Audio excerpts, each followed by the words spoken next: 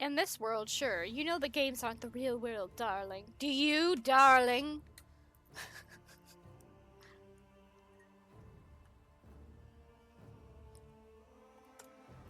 Like, who am I speaking to, huh? You or your characters?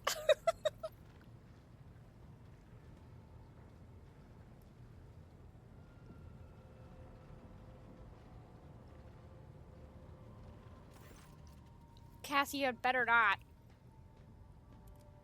Lord Captain, the inspection of the ship's systems is complete. The tech priests are reporting the machine spirits are calm and satisfied. Everything is ready for onward travel, except there is an issue you must be made aware of. I have been studying the records left by the vessel's previous navigator. I wanted to double check the route to Daragonis and discovered that it does not match the one recorded in the atlas. It's more than a minor warp fluctuation. The route has been wiped out. It can no longer be used for traveling. To make matters worse, I started checking the paths from the atlas, like one after another, and I saw the same thing everywhere.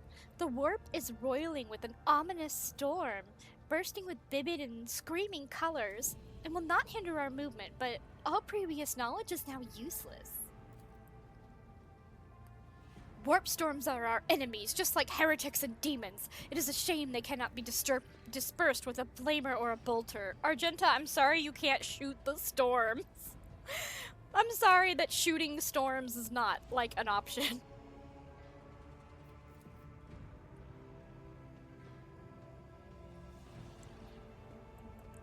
Now we can be certain that problems with astropathic communication in the Coronis Expanse are no coincidence.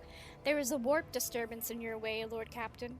It is swallowing messages and disrupting familiar routes. That means you need to locate the key worlds of the Bon Balancius Protectorate as soon as possible. I'm talking about Janus, Dargonus, and Kiava Gamma. Charting new routes so they can be reached and restoring control will be the necessary next step. Abelard, which one do you think we should deal with? Rediscovering the Agri world will supply your protectorate with something none of your servants can do without: sustenance. The importance of basic supplies should not be understated. Just look at Footfall in its current pitiful state. On the other hand, I am concerned by the rumors concerning Kiava Gamma. There have been no problems on Janus for many years, but something is very wrong with the industrial world right now. Delay may cost us the entire planet. I trust I do not have to explain the capital world. Losing it would make us the laughingstock of the other dynasties. Besides, the loss of chronicles and ledgers would spell a bureaucratic catastrophe. So all three systems are equally vital in the Protectorate. It falls to you to decide which should be brought into the fold before the rest. Of course. Alright, anybody else? That is all, Lord Captain. The vessel and the crew await your instructions and are ready to depart Footfall immediately, should you desire.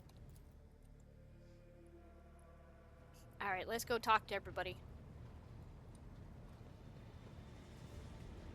Argenta, let's talk about your past. Greetings. I'm waiting for you to tell me about your past and to explain the strange words of that cultist. Yes, I'm ready.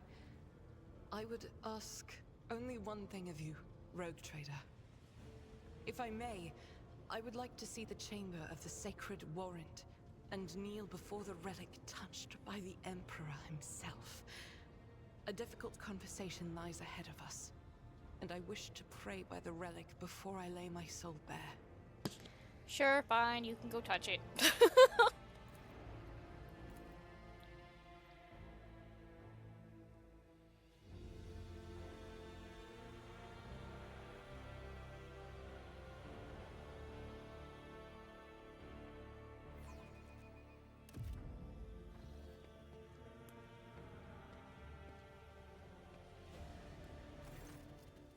She drops to her knees, her hands making the sign of the Aquila. Okay, if the Aquila is two eagles, a two-headed eagle, how exactly do you make the sign of a two-headed eagle? Is it like, do you like make like flappy wings? I don't know if my model even picking that up. Like two flappy wings? Do you, like, make a flappy bird? Like, what is the sign of the Aquila? If it's an eagle with 2 heads. You make it with faith iconoclast, something you know nothing about. If it has 2 heads, maybe it's like...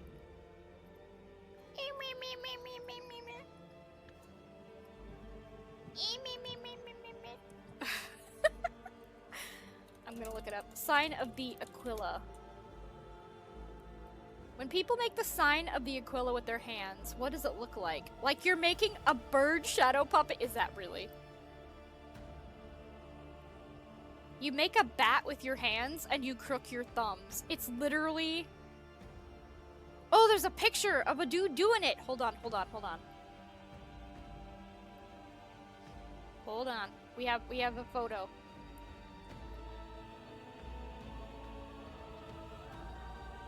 It's literally like a shadow puppet, but it's like on your chest, I guess.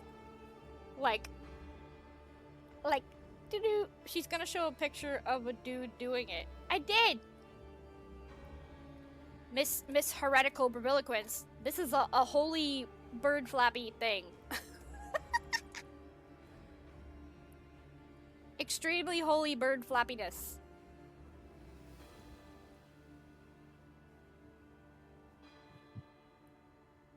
Okay. Her eyes are locked on the sweeping signature on the warrant, a seemingly mundane thing, merely a flourish on a piece of paper, unless one knows whose hand left that mark and whose blood is on that paper. Ah, wait, she's not gonna talk? If thou seest a flaw in me, smite me. If thou knowest a fall of mine, burn me with flames of fury and righteousness. But if thou seest a light in me, grace me. If thou hearest this plea of mine, bless me with wrath of fury and of righteousness. For I breathe by the will of thine, for I live by the law of thine. I carry thy word, O Emperor. I bring solace to servants of thine, and ruin to the foes of thine, a fate of terror and righteousness. I wish she would talk. Rogue Trader, we need to talk. Or rather, I need to tell you something. The truth. The truth about how I ended up on Theodora von Valancius' ship, and about the cultists we encountered on football. She picks on me all the time. Please understand, I couldn't trust you before. I'll tell you my story, and you'll see why. I'll start at the beginning. It's easier to piece everything together that way. Upon arriving in the Expanse and on Footfall, I found no purpose here, only torment. I wasn't needed. The reliquary I had been assigned to safeguard was already well protected by Reverend Hieronymus' mission, and no one was even trying to defile it. For all its lawlessness, Footfall respects the worship of the Emperor. That was when Lady Theodora, head of your dynasty, appeared. Hi, Mimi! Hello, hello! The Mimi flock is nesting here. Welcome! You can set up your nests, although it might be difficult for a flock to nest in the ocean. But if they're floating nests, if you have little like floating nests, they can float around here. Hi, Mimi. Hello, hello, hello. Hi, hi, hi.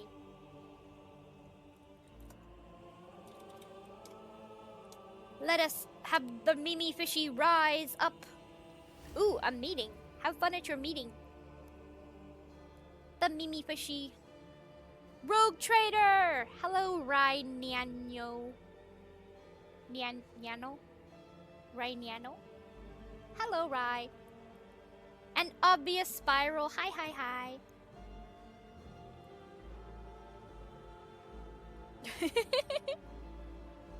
We are currently listening to Argenta tell us about her backstory. She is this awesome battle nun. Beep boop. Hello, Corruping King. Hello, hello. We are hearing about her backstory. So she was on a ship to travel to like go do a job, and that ship got stuck in like a weird time space thingy, and whenever she came out the other side, like It doesn't say, it says multiple decades. I don't know how many decades, but a long time had passed. And, like, no one had been waiting for her. Nobody was, like, missing her. Like, everyone she knew had been living their lives and thought her long gone and dead. And so she's telling us about how she was completely lost and felt like she had no purpose because everything that she'd been set up to do was all gone.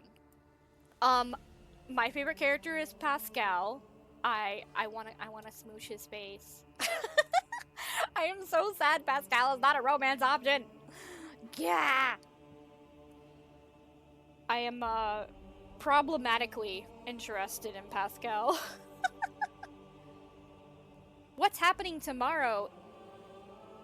Don't ask her that. You don't want to hear her sick depraved thoughts. I have no sick depraved thoughts. I want to fall in love with Pascal.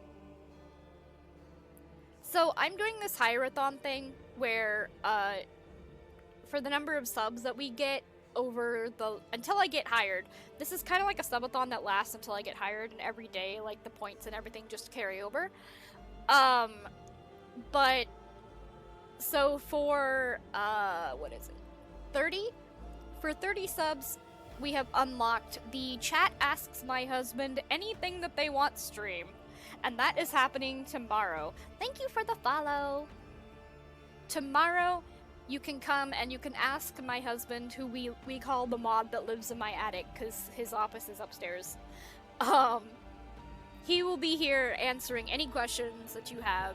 And he's known me since we were both 16, so he knows too much. He knows way too much.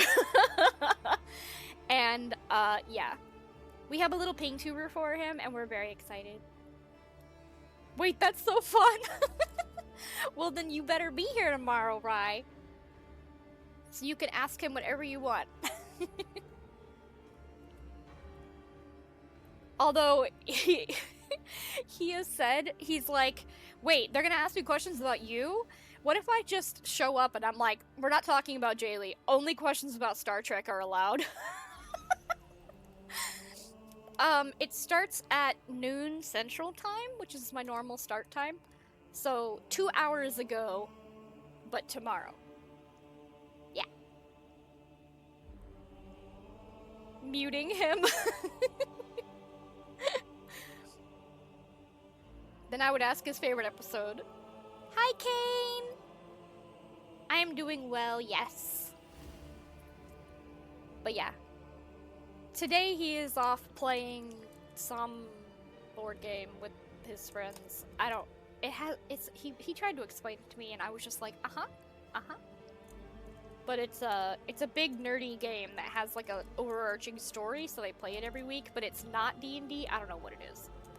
I don't understand it, but he's printing a bunch of like 3D minis for it and stuff, so yeah. But tomorrow, he will be here, and we can all ask him whatever questions that we want. It'll be very exciting. And we're also going to eat a bunch of Kit Kats tomorrow. Because, somebody gifted me on my throne a whole bunch of Japanese Kit Kats, which I tasted one today. But tomorrow we're going to eat Kit Kats, and we're going to ask him questions. So, yeah. But speaking of Pascal and my deep and abiding love for the tech priest, this is the... This is the bad MS Paint image that I made to represent this, this series, I guess. And, let me move the fishies. It says Tech Priest Fan Club, and then it's crossed out, and it's 40k Rogue Trader. But, yeah, I love Pascal. See, completely healthy and not obsessive at all. I have already begun outlining the fanfic that I'm gonna write about him.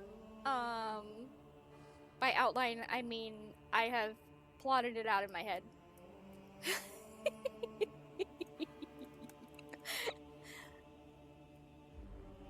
They go somewhere on a shuttle, and I don't know how big the Warhammer shuttles are. Warhammer shuttles inside. How big are they?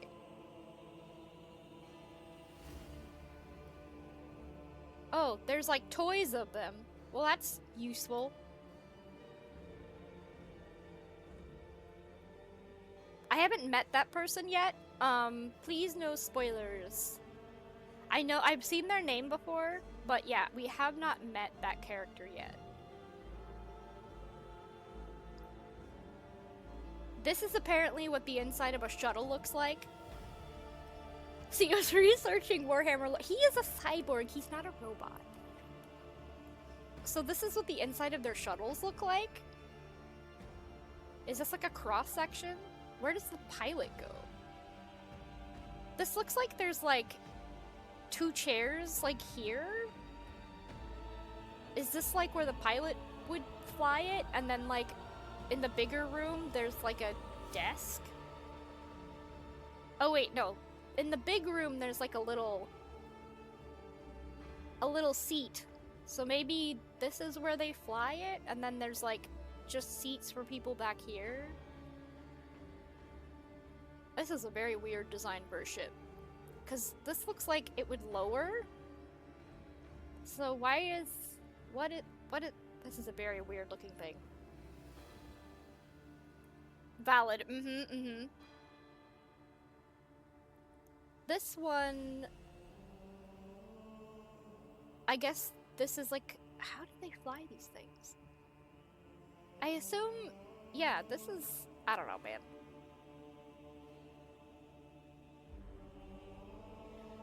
Because in the game, you bring like, to minimize all my stuff now.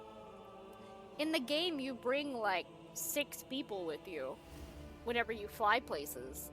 So I assumed that the shuttle would have to have space for like 6 people to sit comfortably. None of those shuttles looked like it had space for 6 people. It only had chairs for like 2 people. Anyways, back to hearing about Argenta's backstory. That was when, so, yeah, she's saying she came out of warp space and there was, like, many decades had passed and she felt completely lost and alone and helpless. That was when Lady Theodora, head of your dynasty, appeared. She became an agent of divine will, in a way.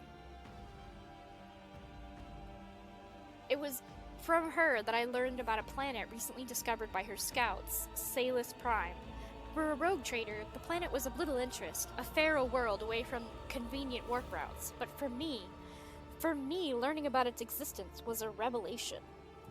I've never even heard of such a planet. Just please continue. The description of Salus Prime was familiar to me. It seemed very similar to a world from an ancient legend. The legend of Saint Argenta and her ship, Argenta, the living saint. She is my patroness. The order named me after her. She died millennia ago, when heretics caused her ship to fall from the skies. But even those blasphemers could not touch Argenta's ashes or her holy relic, the One Star. For the fallen ship, which now served as the resting place for the saint's remains, would only allow the truly righteous to enter. All others would meet their death. Imagine what I felt when this flash of insight came upon me. The world where Saint Argenta's ship fell was merely a vague legend. No one knew its actual whereabouts. And suddenly, I myself, named after the saint, come across this information. I realized at that moment that it was a portent, that I must journey to the planet and find the ship. And so I asked Reverend Hieronymus to let me go for a time on a personal pilgrimage. I boarded Theodora's ship and demanded passage to the newly discovered planet Salus Prime. What is the One Star? Apologies, I got so carried away I forgot to explain. The One Star is the relic kept by Saint Argenta. I belong to the Order Pronatus, and we attach particular significance to holy relics. The One Star is one of the lost relics of the past, so mysterious that no one even knows what it is exactly. Argenta's hagiography? Okay, I know that that is a real word, but it really just sounds like the study of hags.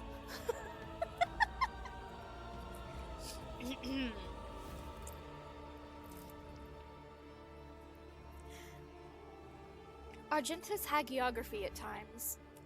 Many scholars calls it a banner, or a set of armor, or a blessed chainsword. One thing is certain. It was a beacon of righteousness, and it was lost with Argenta's death. Lady Theodora lent her assistance. It was her intention to visit the newly discovered world, and she took me with her. Why did you keep your thoughts from Reverend Hieronymus? Surely he could have helped you with the search for the ship and the remains. I couldn't just come out and tell him. It was a portent revealed to me personally, can't you see? I told Reverend Hieronymus the honest truth, that I was going on a personal pilgrimage to embolden my spirit. It really was a pilgrimage. It was as if Saint Argenta herself had shown me the way, commanding me to undertake the trial. If I had found the ship and set foot on its decks, if I had laid my hand on her remains with the relic, it would have been a sign that I had truly been blessed with the saint's favor. Your actions were driven by hubris. I mean, yeah, but that's not a nice thing to say right now.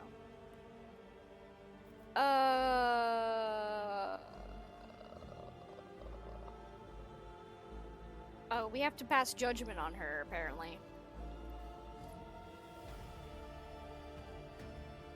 Alright, your actions are driven by hubris. Turns out the Ancient One Star is some mall ninja shuriken? You suspect me of unworthy urges, oh Argenta. The Warhammer fandom would love to hear about your unworthy urges, Argenta. Everyone wishes they could romance her. I think she's too one-note to have a romance, though.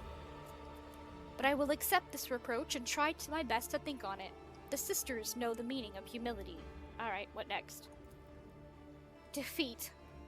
The ship's augurs failed to detect anything of note during orbital scanning. I was expecting this, though. According to the legend, the ship can conceal itself from the naked eye, and only a pilgrim guided by a pure heart can find it. What I didn't expect was an ambush waiting for us on the planet. I landed there with a small unit provided by Theodora. I know Saint Argenta's hagiography by heart. I know all the legends about her. I followed their obscure clues, the descriptions of mountains and rivers from millennia-old tales, and I was certain that I had found my way to the ship. And that's when we were attacked.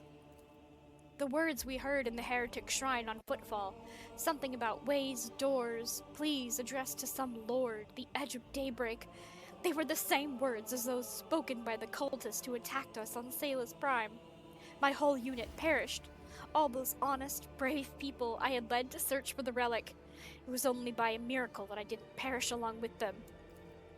I didn't connect these events at first. The cultist on footfall, the cultist on Salus Prime, the cultist attacking the ship and Kunrad's betrayal. What if these are all links in the same chain? What if they've long since infiltrated the ranks of the Von Balancia's servants? What if I led those heretics to the sacred planet with my search?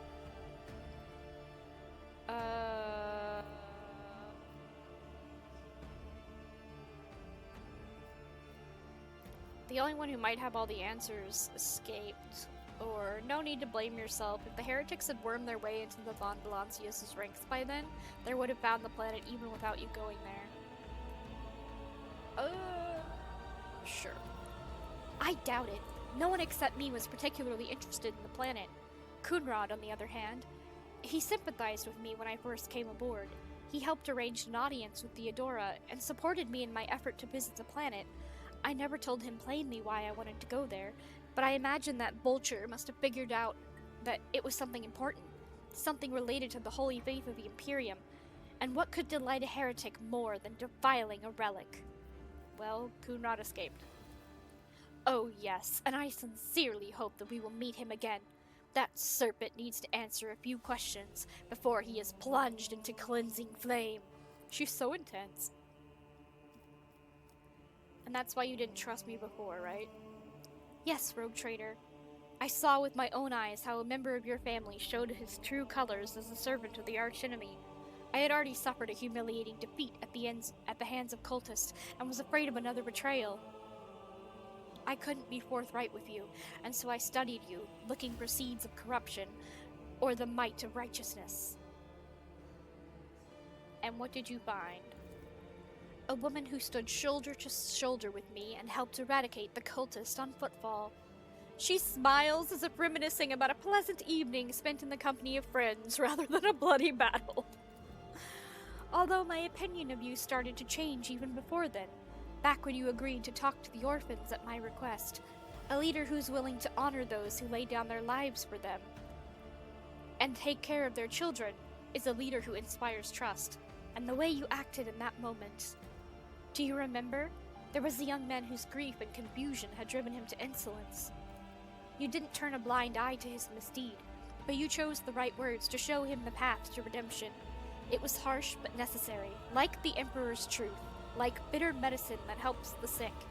I learned much about you in that moment, Rogue Trader, and I want to believe that I wasn't mistaken in my judgment. She needs therapy. I don't know. People on Warhammer are not trained to be healthy, well-rounded people. They're trained to be extremely intense about whatever their thing is. And her thing is killing heretics. Pascal's thing is taking care of the machines. So they each have their thing, and their whole upbringing and their whole everything is just trained to, like, narrow in on that one thing. So you never found St. Argenta's ship? Yes, I rushed Theodore the moment I could walk again, and I insisted on going back to Salus Prime to defend the relic from the heretics, but I was told that the warp had destroyed the old route to the planet, and plotting a new one would take a great deal of time and effort. As if there could be anything more important than protecting the faith and hunting down servants of the archenemy. And Cassia's thing? Cassia's thing is she uses the warp the way a psyker does, but she uses it, she does it with painting and, like, emotions. That's why she's always talking about the colors of people's feelings. Her thing is being a navigator and, like, interpreting the warp, I guess. As I understand it, no one in Warhammer 40k can be interpreted as a good guy in the normal sense. That is very true. Patchy! Why are you awake? Patchy. What? Why are you awake? What time is it in Australia? 7:30 in the morning. Damn, you woke up early to come watch my stream? Ooh woo. In any event, the route was lost, and all knowledge of it died in the attack on the ship along with the old navigator. But now we have a new lead. The data that we collected in the cultist shrine on Football. I don't care what that reprobate we executed said. There must be a way to track them down. Tell me, Rogue Trader, will you help me in this undertaking? Will you help me find this great relic? Yeah, of course. If it is important to you, I will help. So be it, Rogue Trader. As I stand here before the warrant, the embodiment of the Emperor's will marked by his own hand, I vow that I will not relent until the holy relic has been returned and the heretics punished, and may the light be with us both on this path. Thanks, Argenta. Of course I would. Ah, Patchy. If any of you are up in the middle of the night and want to watch a very flirtatious streamer with an amazing voice, you should go check out Patch Does. They are extremely multi-talented. They run a music podcast about local Australian music. They do voice acting and they're trying to get more into voice acting. They are an incredibly friendly is not the right word. It's a very close-knit little community over there of a bunch of different streamers. There's Patchy, and then Patchy's spouse Artie, and then there's there's an artist named Koi. There's a whole bunch of people. But yes, an ad starts in 15 seconds, so I will have to save praising Patchy for another time. It is ad time, and I'm going to run to the bathroom while the ad is running. So, be right back.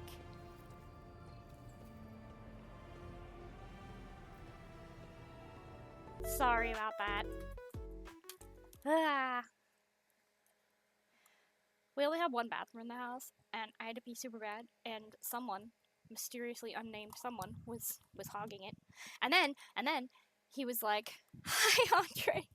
And then he's like, "Did you give Taffy all her pills or just the one I set out?" And I'm like, "The one? Because it's noon." He's like, "I changed the time of day they get all their pills. They get the bulk of their pills at noon now." And I'm like, "I didn't give her all of them. I only gave her the one." So I had to give her 3 more. And they're spoiled princesses, and they're elderly. So I have to chop up their food for them because they can't. We give them like soft lobes of food, but it's like too much for them to eat because it's like one big block. So I have to chop it up for them so they can eat it as little soft pieces. It's a whole thing. But anyways, time to go talk to the other characters, and I really hope that the other ones still have voiced dialogue. It used to be that whenever you talked to the individual characters, they had voices, but should we talk to Heinrichs?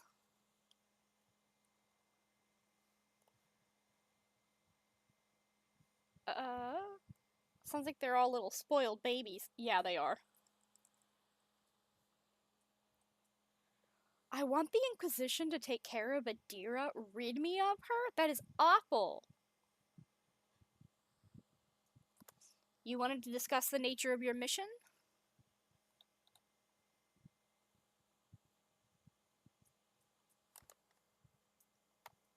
Okay.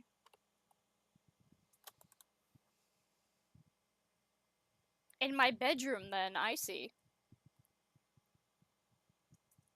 No, the narration is gone!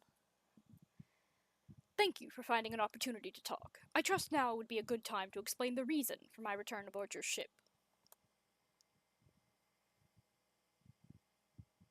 I welcome the chance to assist the Inquisition with its inquiries.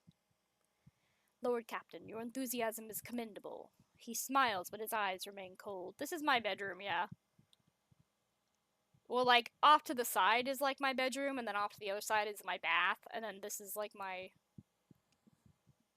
office thing. I don't know. To business, then. The cult of the final dawn. The madmen preach their heretical doctrine among the denizens of the Coronis Expanse and instigate crimes against the throne of humanity. One such crime took place in your protectorate. The Lord Inquisitor considered it necessary to have one of his acolytes accompany the rogue trader on the voyage into the corrupted region. I also need to meet with one of my observers on the capital world of your domain. The Lord Inquisitor mentioned in his letter that he is willing to show lenience towards my actions that would otherwise be interpreted as radical. Oh, I didn't read the letter. Why would Ordo Xeno's agents investigate a chaos cult? You are well versed in how the Inquisition is organized, Jaylee.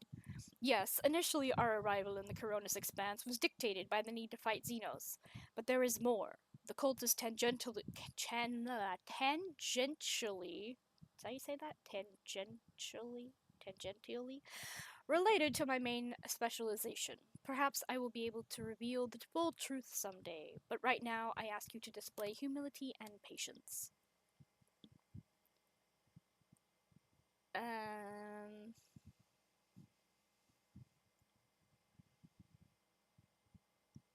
Alright, so in the letter he says he's going to show lenience towards my actions that were interpreted as radical, which I assume means that instead of bombing the planet from space, I rescued all the people on it. That is correct. I should show greater tolerance for the mistakes of a newly appointed rogue trader. To be frank, I am surprised. The Lord Inquisitor is not the type to indulge the weakness of soul and mind, even in someone who only recently accepted the burden of a lofty title. Hi, Malcurios! I want to know more about this cult. Chaos worshippers, most often agents of the throne, run into lone renegades stirring up the rabble. Insane prophets and heretical visionaries preaching the end of days. A passing comet, a mutant rebellion, an onslaught of monsters. Each time they come up with a new reason why people should prostrate themselves and quiver in fear. Much effort and the blood of those loyal to the Golden Throne were spent before we established the connection between those heretics. However, the cult of the Final Dawn is something greater than a gaggle of misguided seers and fortune-tellers. They cleverly spread their agents all over the Coronis Expanse, disseminating heresy among honest people on the Imperial worlds. There is a certain strategy to their actions that changes whenever we get too close. And finally, they have enough military power to have had the 2 ships that we sent after them later discovered as wreckage. The growing difficulty in making warp jumps is detrimental to us, but is unlikely to inconvenience those who engage in vile sorcery day in and day out. After the events on Riken Minoris, I suspected the cult may have built its nest inside Winterscale's domain, but the latest reports indicate it is your protectorate that is harboring heretics. Being in your entourage improves my chances of getting closer to their secrets. A chaos cult in my protectorate? It's more likely than you think. Heinrichs, are you laying an accusation against me? Chaos treads softly. The main danger of secret cults and sects is that they are like seeds. They can remain in the ground for decades, safe from all scrutiny, until an opportunity to sprout, grow, and bear monstrous fruit presents itself. The emergence of a cult on one of the Rogue Traders' planets does not mean the dynasty head herself is a chaos worshipper. Having said that, it should be noted that Theodora von Valancius was famous for her loose interpretation of the freedoms granted by the warrant. A bloodline can be stained by ancestral transgressions. If it is indeed so, it is in your best interest to do whatever necessary to redeem yourself, and then perhaps you will get a chance to salvage your dynasty's reputation. I've already agreed to let you hear. What else do you want? The rogue trader should deliver me to the system that contains the industrial world of Kiava Gamma. I will then accompany you to the surface and determine what the cult is planning and how it intends to use the resources that have fallen into their clutches, which may very well include the blessed engines of the Adeptus Mechanicus and even the followers of the Omnissiah themselves. Hey, our personal follower of the Omnissiah is flawless. He is a good bean. I will be frank. The answer to this question is unlikely to please either of us. The machinations of chaos usually go beyond solely influencing countless deaths and destruction. Having their plans come to fruition would lead to far more terrible consequences. One of the systems in the Coronis Expanse is already lost. May the Emperor protect us from watching this tragedy play out again.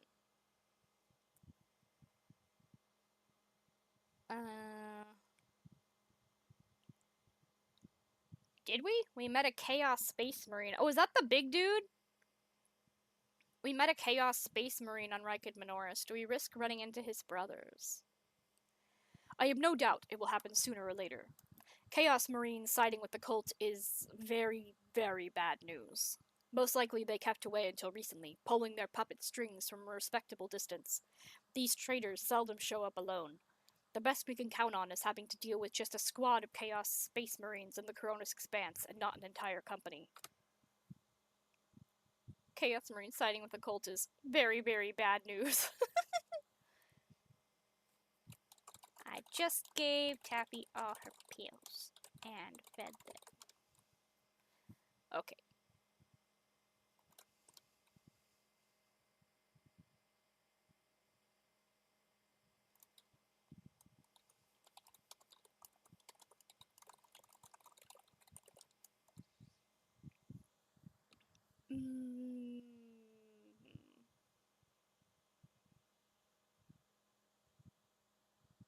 Let us assume Kiava Gamma has fallen to heresy. What then? Will you again propose we destroy an entire planet?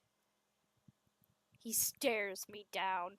On Riken Minoris, you made a decision that sent billions of souls into the grasp of the archenemy.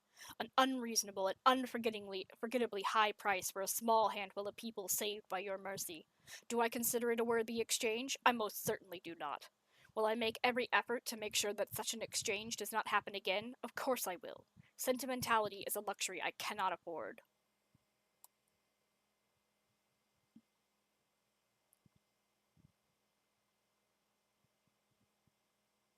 I do not believe you lack compassion. You did not stop me after all, although you certainly could have tried to. His eyes narrow. I haven't said I would not like to be able to afford such luxury. In fact, deep down I understand why you acted that way. I have yet to eliminate the understanding and acceptance within myself, but I will.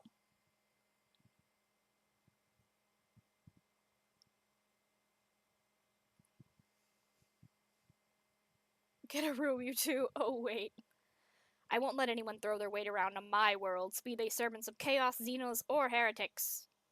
A commendable aspiration for a person who holds the fates of billions of people and dozens of imperial worlds in her hands.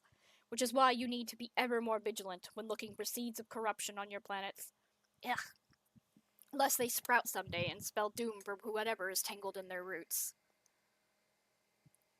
Let us depart from business matters, Heinrichs. You once promised to entertain me with a compelling conversation. Surely this is not what you had in mind. I do remember our exchange. For the time being, however, I would prefer to focus on my direct responsibilities. You hear a note of regret in his voice as he shakes his head. Perhaps later, after Kiava Gamma. Thank you for sparing the time. Goodbye. Where's the door? Yep, this is my giant bathroom.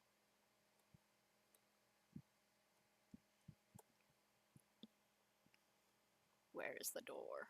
And this is my big old bedroom.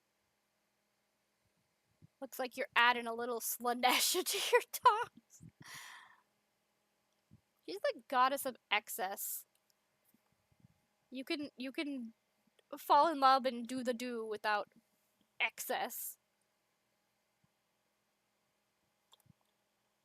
Alrighty. Who else do we have to talk to?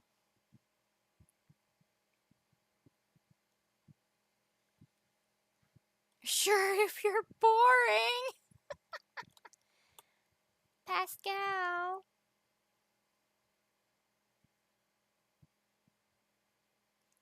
I could kick him out. Why can't I kick everyone out of my party? Why would I want to?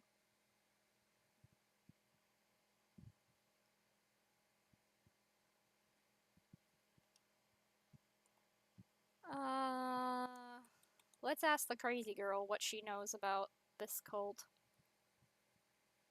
Funny how you went right to Pascal after talking about doing the deed. I guess we can't ask her about the cult.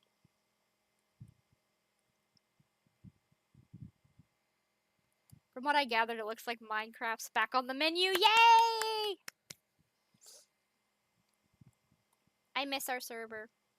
I don't care if we get a new server or like the old one, but I was in like 5 Minecraft servers with friends, and one by one they have all like ceased working for various reasons, and I'm sad.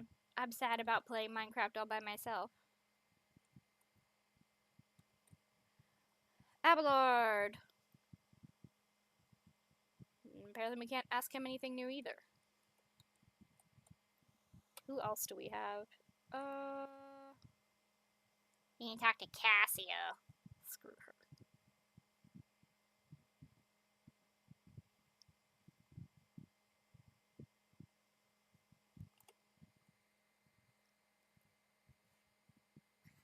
We got you.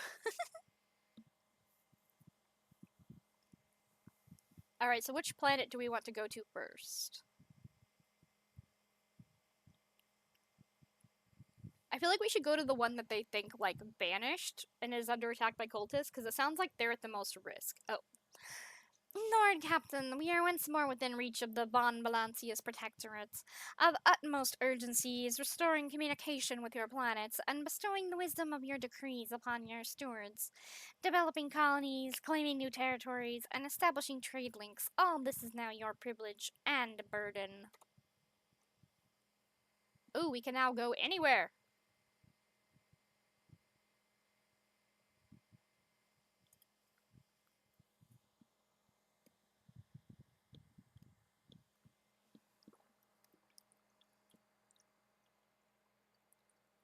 So, oh. Travel between systems is fraught with mortal peril and takes place in another dimension known as the Warp. Only a navigator can plot a course. Click the circular button on the bottom of the screen to have the ship's navigator chart new routes to the system you have selected. Green routes are the safest. Yellow routes signal that unpredictable events can occur. Orange routes have we're going to be attacked. Red routes mean bad things. Okay. The Cauldron.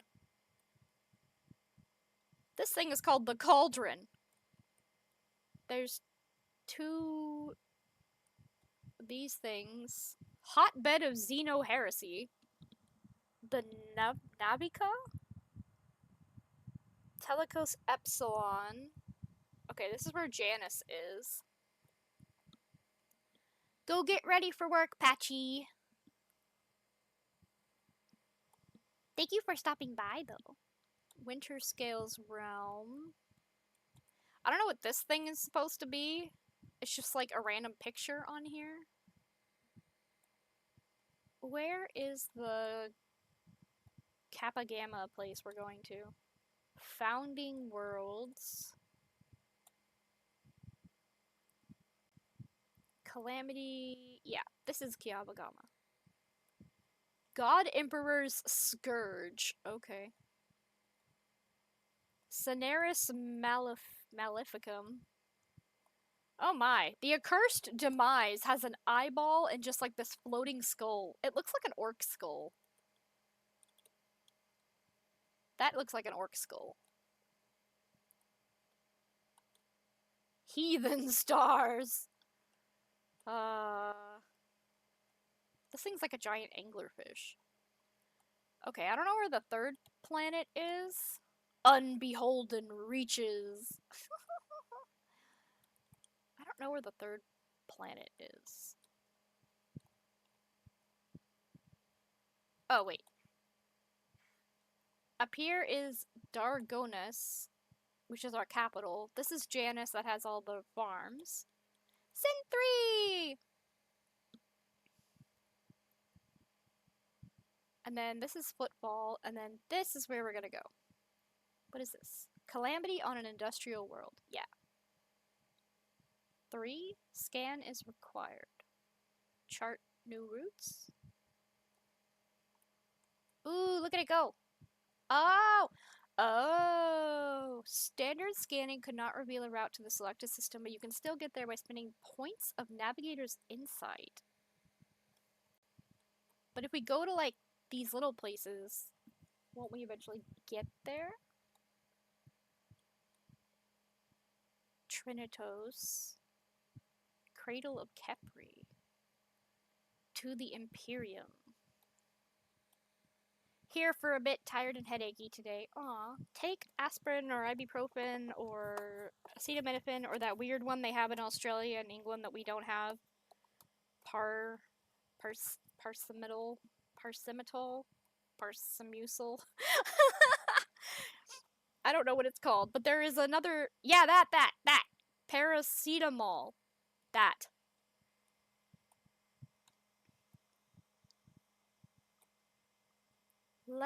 So there's no path to here, it looks like. Why does it have a 3? Oh, chart the course. Deadly. No.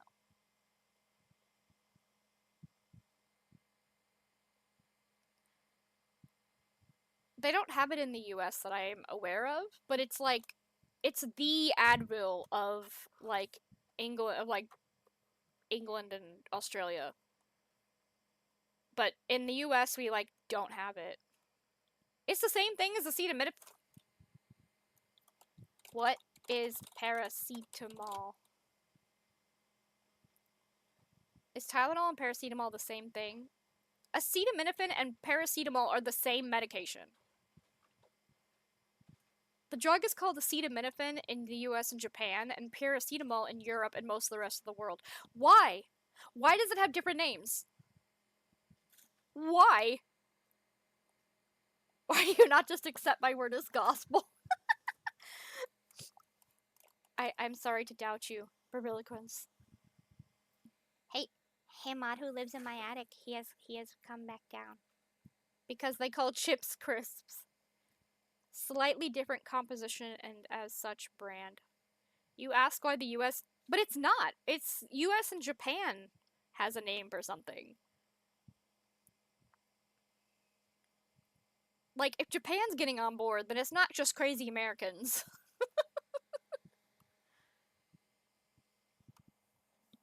I don't know where you live, Sen3. I'm bad at accents, but I assume somewhere in Europe. I assume. Poland? Hello! You do not have the same accent as a Polish YouTuber that I enjoy. You have very different accents. Ibuprofen has another name too. Nor or something. In the pharmacy here, you get ibuprofen and ibuflam. Nearly identical, but ibuflam is cheaper. Ibuflam is a hilarious word. I wish we had ibuflam.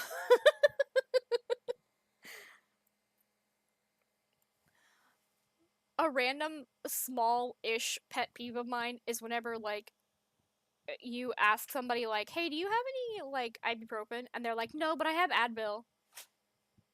That bothers me. No, got told that a few times by now. I tend to talk more to British people, if anything, so my accent kind of developed around that.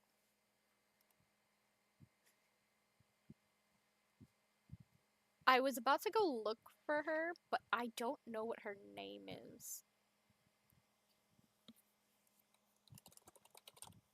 Maybe I can find it by one of her videos.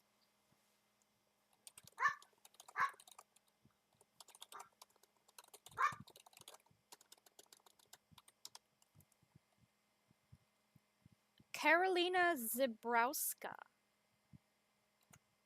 Hush you. This video is one of her funny videos, but she mostly does like history videos on clothing and other things, but she's a seamstress and she designs like historical dresses and stuff. But she does a bunch of interesting little history videos and she's really funny. She has a series that's like a time traveler shows up in modern day and is just incredibly disappointed.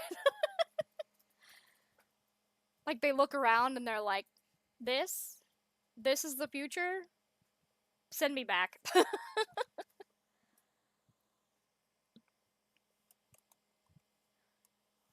Anyways, she's really great. But she's the only Polish like creator that I know, so like that's the Polish voice in my head. Neurofen? Anyways, we're going to scout a course for Trinitos. Reduce route difficulty. No, we can do the unsafe route. It's the spicy route. What? Let's go. What? Go.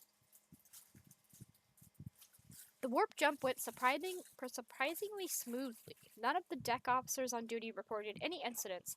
However, a strange discovery awaited the Lord Captain when she returned to her quarters. The bed was unmade, and the impression of a head was still visible on the pillow. There were no other signs of intrusions. The guards swore under oath that nobody had entered my quarters. What? Somebody snuck into my quarters and took a nap. What is happening tomorrow? I feel like I'm legally obligated to ask. Tomorrow, the mod that lives in my attic. Don't give them any pills. I just gave them all their pills. Did you not look at Discord? I gave Taffy all her pills. Yeah. Don't give them double drugs. Don't give them double cheese either. Tomorrow, the mod that lives in my attic, aka my legally contracted spouse, aka my husband, aka one of the loves of my life, is...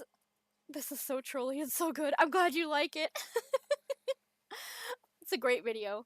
You should check out some of her other stuff. It's great. No. I absolutely despise that word. I hate it. Yes! He's not even looking at chat and he knows what word it is. But he is, we unlocked via the Hierathon sub goals. We unlocked at 30 subs the Ask My Husband Anything They Want stream, and that is happening tomorrow. He's got his own little ping tuber, and he's making his little stream debut. We're very excited. Yeah.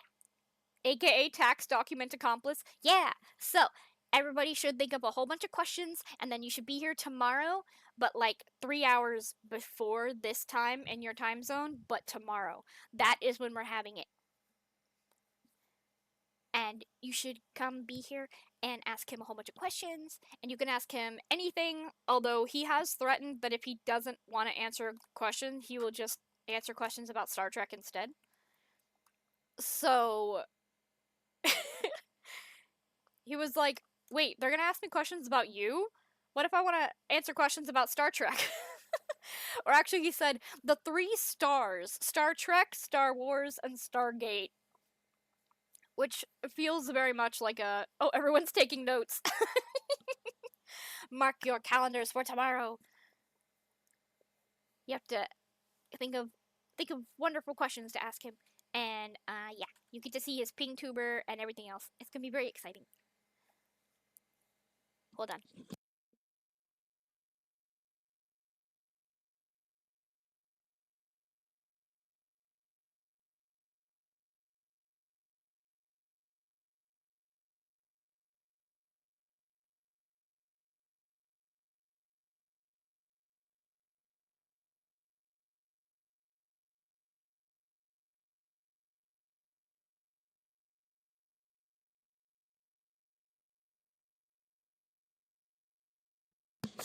I tried to negotiate for Arby's and I failed.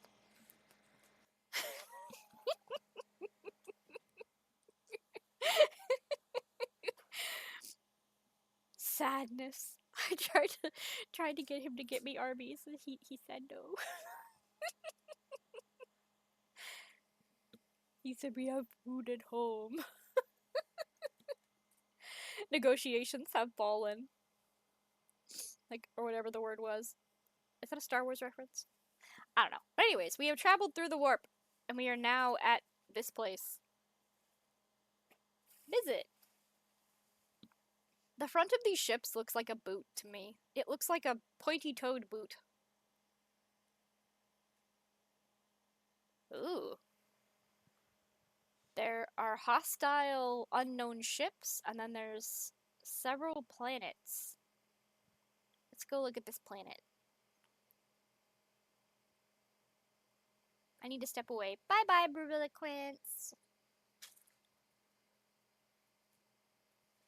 They have no resources.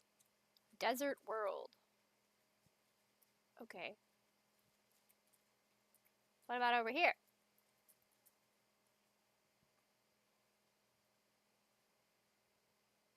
Tithe grade S111. The name is familiar. Oh, oh. They have valuable resources and we can like mine them. We have choices. There's contracts. Okay. Plasteel. Do you want to set up a mining thing to produce plasteel? Okay. Roach shoes? What is a roach shoe?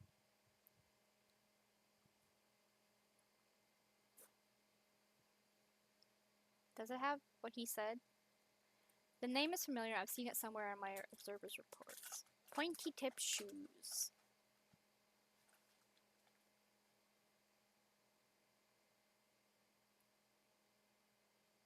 Should we... The ship reminded me of them. Yeah. Do you think we should attack these hostile ships? Nothing. A burning world. Oh no, let's go around them. And there's no like actual fuel gauge or anything, so there's nothing stopping us from just like going in circles forever if we wanted to. I like how these ships look like a cathedral. Like, they look like a little church thingy on them. Oh! Enemy torpedoes! These are the torpedoes?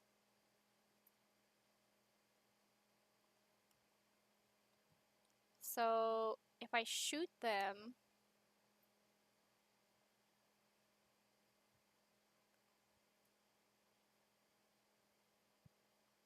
Wait, not that. Okay, so...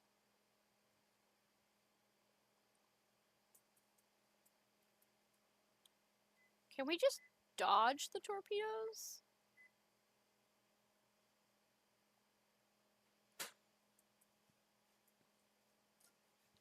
not that side. Thank you. He made me hot dogs. Because he loves me. Doesn't love me enough to go get me Arby's, but that's okay. Bye bye. I love you. Bye bye.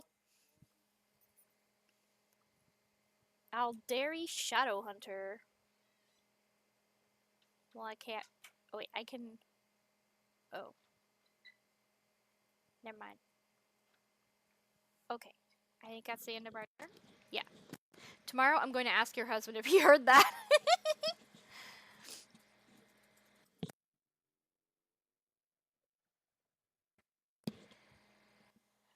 Launch our pew pews. Target their pew pews.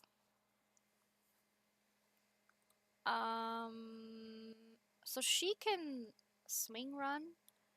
We make a U-turn at the end. Waha! Okay. I can't reach anybody. So I guess.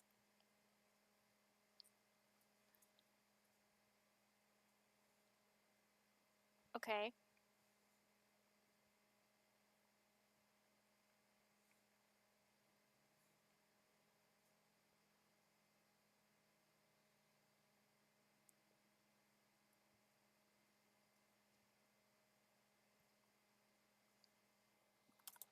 Does this mean I can fly again?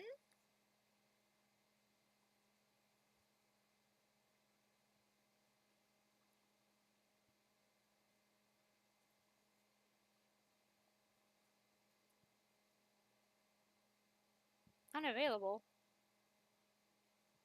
Why could I do it over there? Torpedoes will appear next turn. Once their turn begin. Oh. Oh.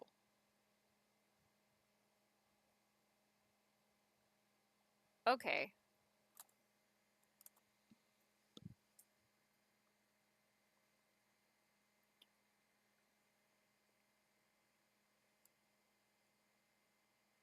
Okay.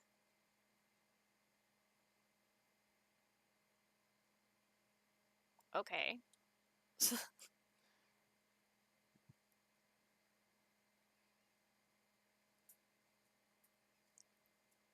And shoot that. Shoot that. Shoot. Ah! Shoot that. Miss! What is this? Torpedo control. Oh. Oh, I can make it move more.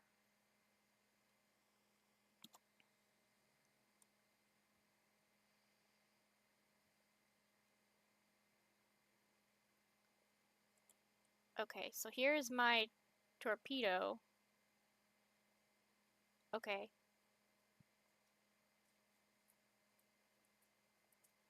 Emblazon our path. Annihilate them! So we won, right? Or do I still have to fight the cannon? I'm assuming I still have to fight the cannon.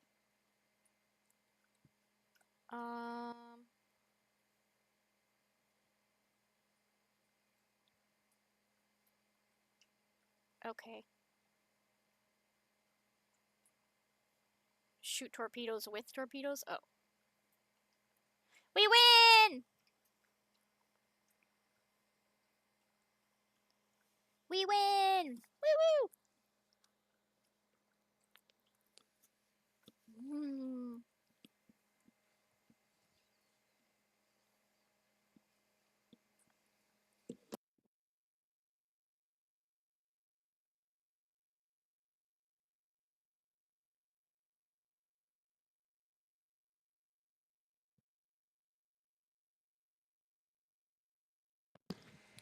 Of course, once I shove food into my face, I have to read again.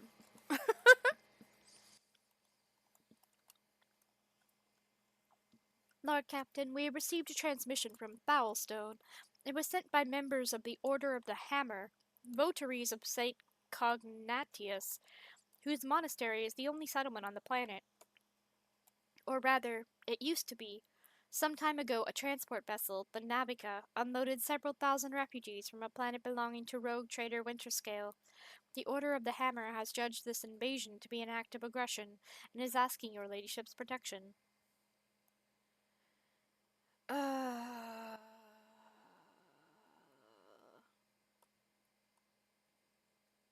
There's a lot of refugees coming out of Winterscale's, stuff. Those people are victims, not invaders. Prepare my shuttle. I'll go to the planet and talk to them. Oh. 611 days after the feast of the passing of Nicomedes Keefe, the champion of faith, disquietude marred the calm of the monastery of the Order of the Hammer. Countless tortured souls steeped in fear arrived on Foulstone in a star bark. A great apostasy had befallen their home and turned them into abject wanderers seeking help and refuge. After a prayer, the prelate Hectarchius turned his eye to the past in search of instruction. Prelate Hectarchius recalled the first missionaries to set foot on Foulstone's vast wasteland, led by their zeal for serving St. Cognatius, and those missionaries had received the blessing of Nicomedes Keefe, the champion of faith who had traveled with them in their star bark, to found in this place a humble and pure abode wherein cultivation, wisdom, and piety. And St. Cognatius, a man of great endeavors, a warrior and a wise artificer, never cowered behind the walls of the librarium, but stepped bravely into the darkness, carrying light in the palm of his hand, and he commanded others to do the same. And not only Foulstone, but many other worlds of the Coronis expanse bear his imprint. And Prelate Hectarchius did welcome the interlopers warmly as his guests, but he did warn his brethren to keep their vigilance. Okay, whatever. They meet their strangers, they give them water and protein meals. The crowd came to blows over viands? What's a viand? Archaic, an item of food. Archaic means no one uses this word. Okay, so the crowd was like, feed us, got all angry, and there was a stampede, and a lot of people got trampled. Then the warriors of the Order of the Hammer donned their flat cowls, inscribed words of praise to the God Emperor on their tactical visors, and went forth ready to render service in battle. Do you use the word viands? Viands? Is this a word you use regularly, Andre? It does. There was a second register thing that said in Filipino dishes, it is often, it's a word to mean something. I didn't finish reading it. But it is a Filipino culinary term, or it's an archaic term for food.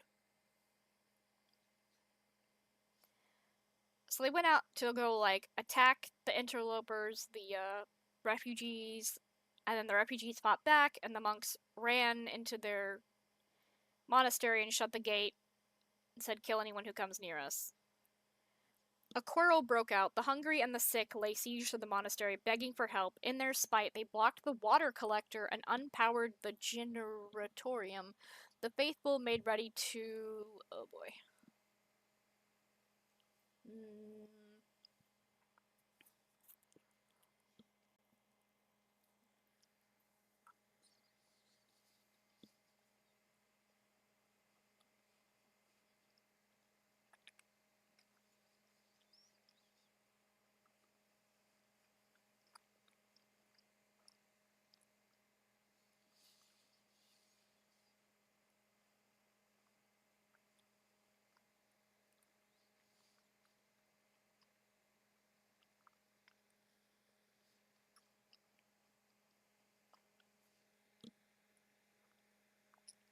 Okay. We're going to protect the interlopers, the refugees, take them into our care, and thereby all of Foulstone with them. Humbly, the Order of the Hammer heeded the God Emperor's confidant and unsealed the airlocks and opened the gates of its abode and brought forth gifts of virtue to relieve the suffering of the ill-stricken. After a prayer, the architect set to work in accordance with the saint's teachings and blah blah blah. They made living quarters, they fed them and took care of them. And a new yet righteous way of life came to Foulstone, and the people rejoiced and all was good. Oh, projects? Oh, we can make a colony here.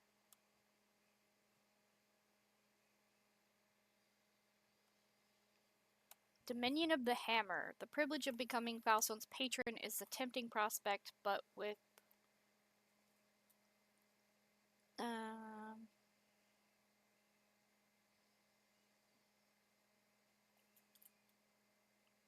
a big statue to me, no thanks. There is no capital to guide the faithful. If Foulstone ascends to the status of a cardinal world, the Adeptus Ministorum will ensure the prosperity of their new planet. That sounds smart.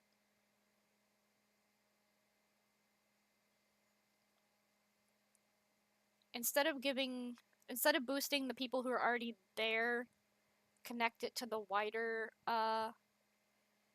empire and stuff. Let's do that.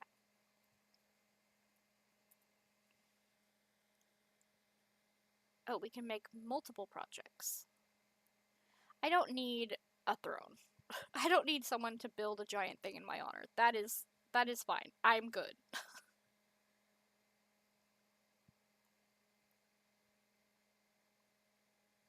Okay. From here, can we get any closer to that planet over there?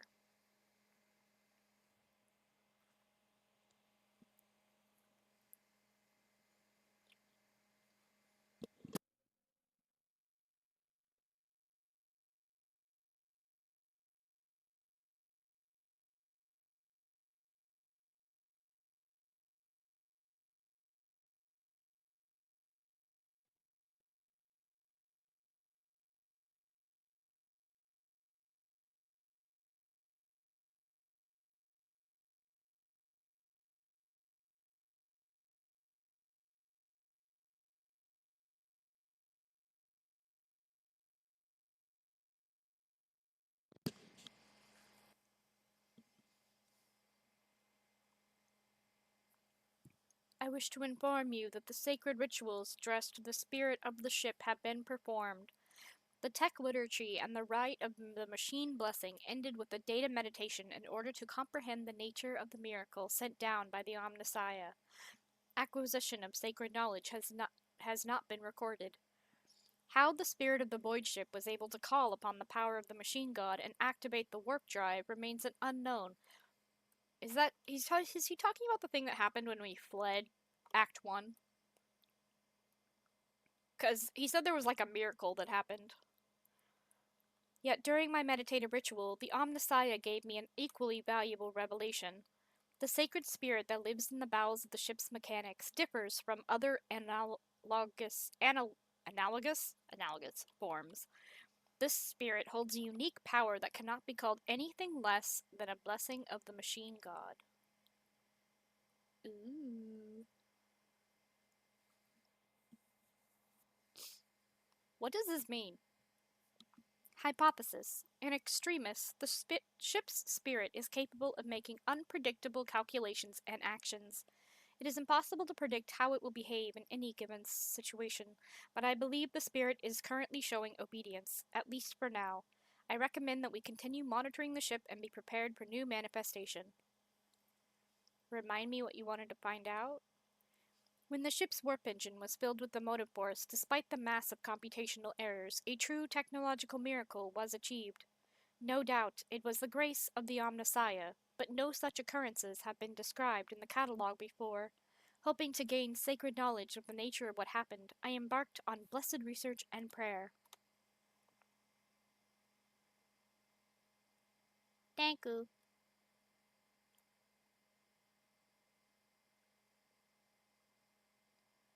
Let's visit and set up mines and stuff.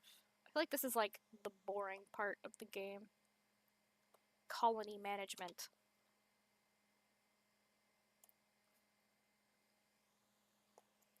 So it might be quiet while I colony manage and eat my hot dogs.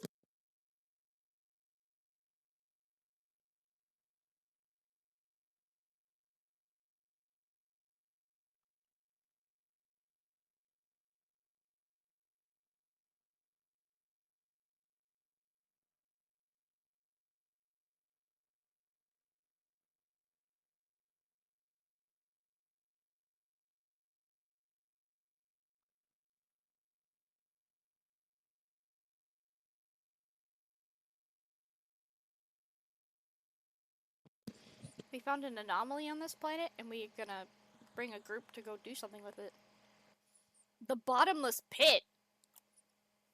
This doesn't sound good.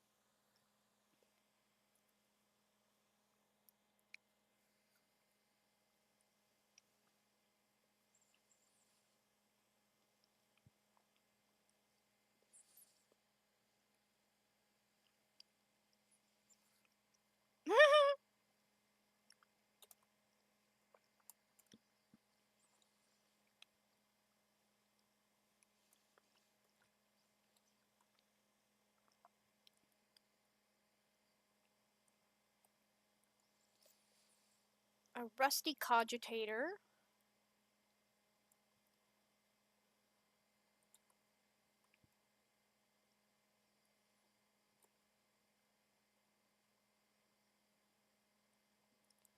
Rudimentary tools and devices are now covered in a layer of dirt and local flora. There's a carved pattern here. The surface is covered in countless scratches, and you can discern some logic in them. Not that. Someone began by scratching strange symbols, but then defaced them, adding extra marks and lines. Can we go in here? No.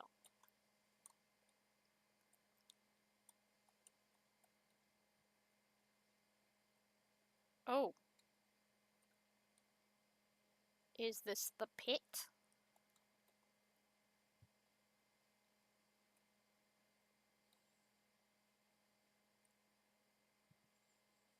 An inscription.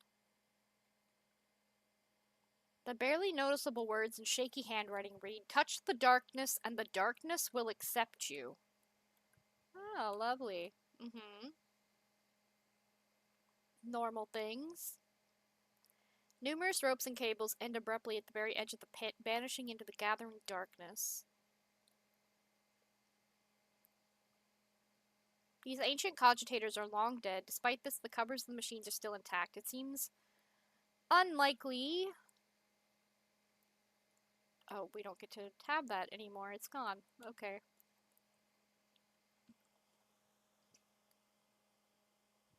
The darkness swirls beneath your feet, a void of impenetrable gloom. You do not hear a single sound from the depths of the pit. No wailing winds, no rustle of dust. Miss Lucky. The bright daylight cannot pierce the darkness lying over the slopes. The longer you look into its depth, the stronger the feeling grows that this darkness isn't just an absence of light. It is something immeasurably vast, endless, capable of reaching the farthest stars or swallow a galaxy. Through sheer force of will, you avert your gaze. Whatever this phenomenon may be, there is no warp sorcery within it. Lean over and stretch your hand into the darkness. Verbiliquince would love to know that I'm choosing this option. At the edge of your consciousness, you sense something slimy and intangible answering your invitation for contact. It seeps into your thoughts, tasting your emotions.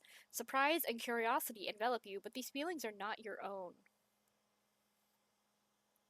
It looks like I'm not gonna have a good chance to escape this. Let's try to dominate the entity. You feel your way to the barely tangible edges of the entity's consciousness, separate it from yourself, and squeeze it until it is reduced to the size of a bead. The entity trembles, trying to break free of your mental grasp. Surprise, rage, elation, and fear replace one another. After a while, the entity stabilizes. But the moment you loosen your grip, it escapes, leaving behind a piece of itself inside your mind. But now there's like 3 things in my brain.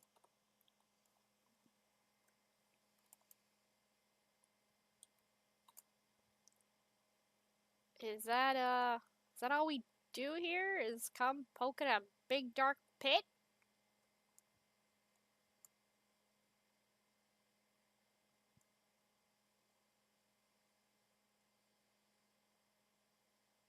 I guess.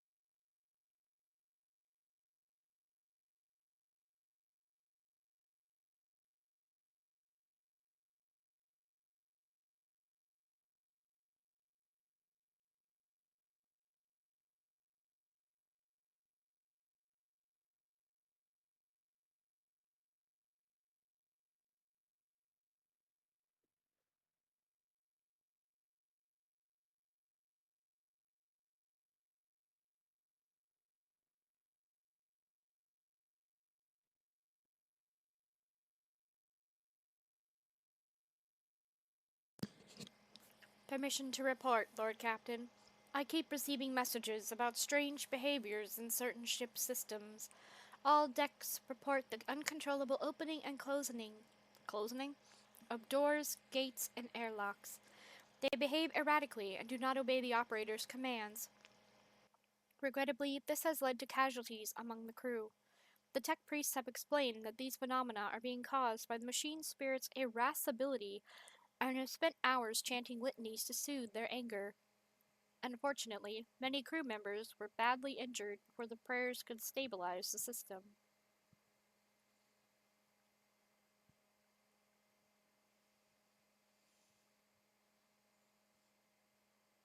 Pascal.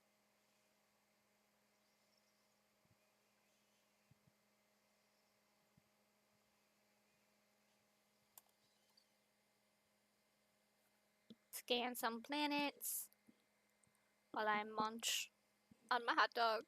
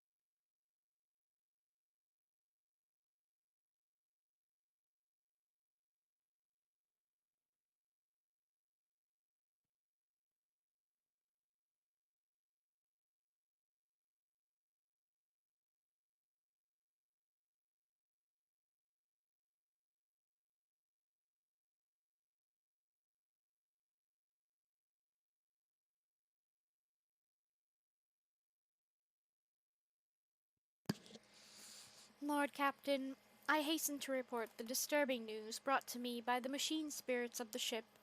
The matter is extremely delicate and concerns Lady Cassia. You see, since her first day aboard, her presence has been a disturbance to the crew's way of life. If you'll allow, I have prepared a detailed report. Yeah, tell me. The first incident occurred immediately after our departure from Urak 5. The Lady Navigator chastised one of the ship's runners, after which he went to his living quarters, killed his family, and then shot himself. The second incident was noted while traversing the warp. The Lady Navigator gave the pilots the wrong instructions, and the void ship was thrown off course for a matter of minutes. But this was enough for the forces of the Immaterium to anger the machine spirits enough for them to start a fire in the service bay. After that, officers living near the Lady Navigator's quarters began to express extreme emotions: hysteria, apathy, euphoria, rage. This is quite detrimental to crew morale and performance. The last incident was recorded on Football. Around 100 living birds were delivered on board during our stay on Football. Each bird cost a hefty sum, but I have failed to discover their purpose and subsequent fate. Is she eating them? I was also told about a conflict between the Lady Navigator and the Seneschal. Alas, with no details. If you like, you can ask Master Weiser directly. If I may, Lord Captain, the Lady Navigator's state of mind worries me. She is self-contained and does not mesh with the crew at all, which is why everyone avoids her. Even senior officers can be superstitious. I fear that only you are in a position to talk to her on equal footing and improve the situation. For the sake of the crew's safety and that of Lady Cassia herself. Oi. When the Lord Captain arrived on the bridge during the warp jump, she found the on-duty officers in a state of utter confusion. They claimed they had been receiving orders from the bridge for several minutes, orders authorized by the rogue trader, but the Lord Captain had been absent. Curiously, the orders had been signed by the late Theodora von Valancius. After a thorough investigation, the tech priest attributed the strange incident to the whims of the machine spirits. If we had a better navigator, we would just kick Lady Cassia off of our ship.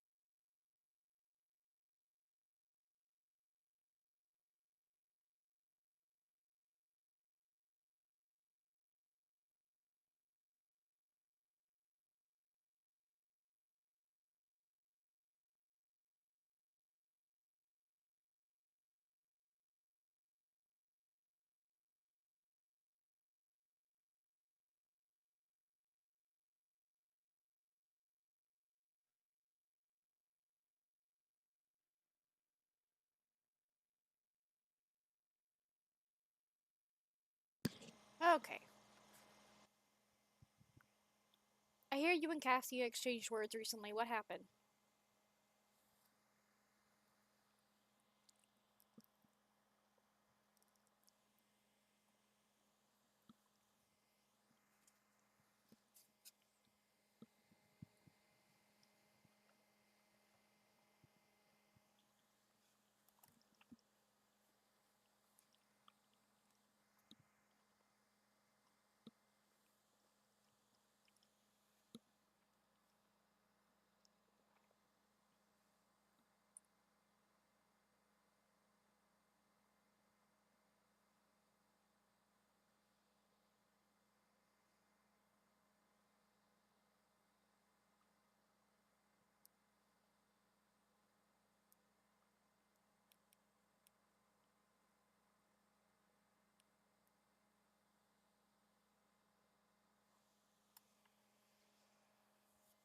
Hmm.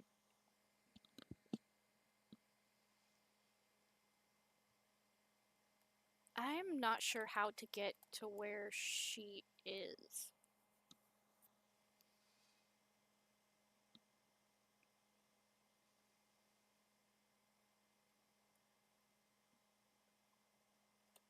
Like, is there a door at the end here?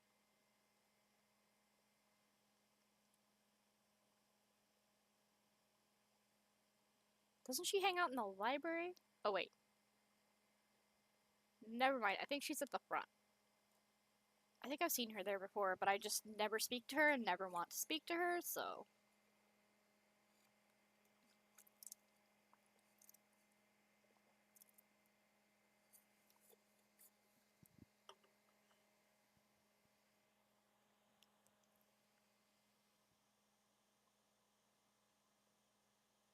Ugh, she's so annoying. Can we kick her out? I've heard rumors you are not getting along well with the crew. Panic flashes in her ruby red eyes, and your heart starts beating a little faster while your hands go cold.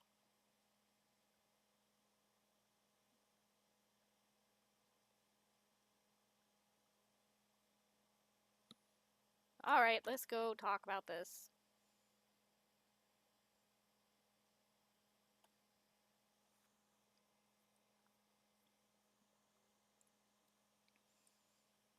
I have nothing to say to your unfounded accusations about my conflicts with the crew. I cannot recall my having a single quarrel with any of your people during my entire time on board.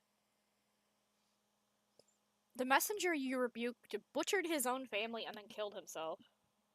I haven't rebuked a single errand boy on this ship. Ah, I think I remember. A kind young man with a shy smile and skillful fingers, with too much rotten ochre on his shoulders. I grew tired of the disgusting color, and advised him to lighten his burden by casting the weight off his shoulders. He did not come the next day, or ever again. You've been willfully changing the entries in the ship's logbook and forbidding officers from reporting it to Abelard. I beg to differ. I read numerous books on Astronaut Terrace and could swear on House Orselia's honor that your officers are entering data in complete contravention of regulation. False terms, random distances between lines, spelling mistakes, and even the simplest of words. I have spent the last few cycles correcting the latest log entries, and I thought it would please Master Abelard, as he is so fond of order. And yet, the Seneschal did not appreciate my efforts, and for some reason called them an outrage, even though mere days before he had been swaddling me in warm yellow words. I noticed all your people do this when they are expressing sympathy. I merely wanted to repay the Seneschal with the same courtesy. Perhaps he finds my friendliness off-putting. During the warp voyage, you gave the wrong orders, which led the vessel shifting off course and the service bay being destroyed. I saw something in the warp. Something vast, predatory, shimmering with indiscernible colors. It came from nowhere and stared at the ship with hundreds of hungry eyes, right there in our path. I decided to change the course while it was still possible, but did not want to sow panic. Would it have been better to tell the crew we were heading straight into a monstrous gaping maw? Do you mind telling me why you needed 100 species of birds and what you use them for? Admittedly, I am at a loss myself. The day we arrived on football, I sent a request to the ship's quartermaster and asked him to get me a songbird, but he never asked for clarification, and shortly before we left, I had a countless number of cages delivered to me, all wrapped in bright red panic with flickering tints of fear. There was a bird in every single one. I was so excited. I thought I would have 100 friends instead of just one. They were squeaking so piteously, I let the poor things out. I even fed them my breakfast and dinner, but the stupid birds would not stop chittering even after bedtime. They were dashing about the room, smacking me in the face with their wings, and defecating.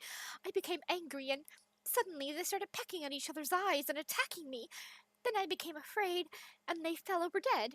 I do not think I want to keep pets anymore. The officers are reluctant to be quartered next to your chambers because of the constant emotional outburst it causes them. Some even maim themselves and others. I already told you I cannot control my abilities. What else do you want from me? Will I be assigned a pariah chaperone? Or will you put me in suppressing shackles? Yes, please. My crew has good reason to fear you. You truly are a monster. From now on, I forbid you to leave your chambers. You have done terrible things. No. Everyone who has dared to slander you will be punished. No. You can't leave your room. So this is what you've decided. Very well, since we are done with this misunderstanding, I would like to change the subject. It would only be fair for me to ask you a few questions now, wouldn't it? Do not mistake me. I am not going to accuse you of anything. It's just that you are the most worthy interlocutor on the entire ship, and You were always so busy. I never promised I would give you an answer. Let's end it at that. Or what would you like to ask? I read a treatise by Pyceus de Mobius very recently, who claimed the subjects would never believe their new ruler was better than the old one unless the old one had been a tyrant. No matter the circumstances, the low-born rabble become deluded about their prospects and rebel in favor of their base desires. What do you make of that? Oi. I don't know what you're talking about. Perhaps I was mistaken about the vastness of your knowledge. I hope you will be able to answer my other question with more grace. According to the 20 tomes penned by the preacher Oistak Istefan the Forgotten, mercy and cruelty go through the world hand in hand, but people flock only to one pan of the scales. Would you rather inspire fear in your followers or be magnanimous and choose awe? Mm.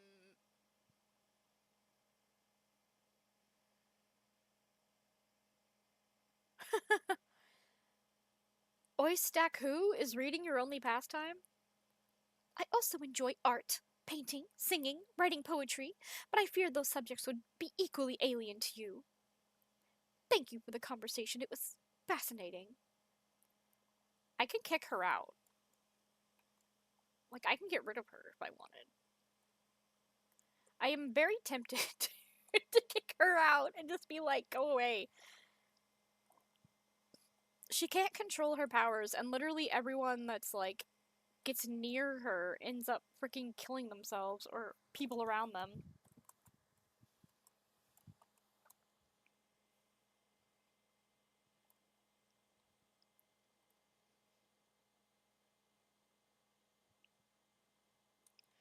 But if I kick her out, who will be my navigator? I'm gonna save it and then kick her out.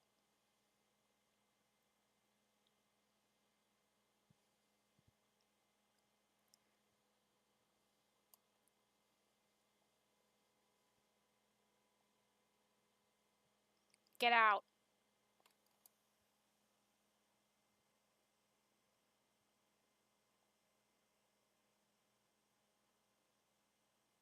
Get out.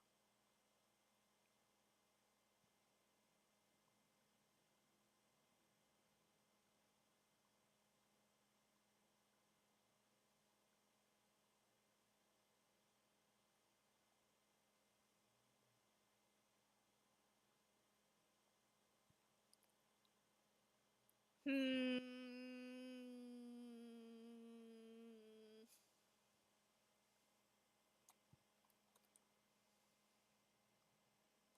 Then who is navigating the ship?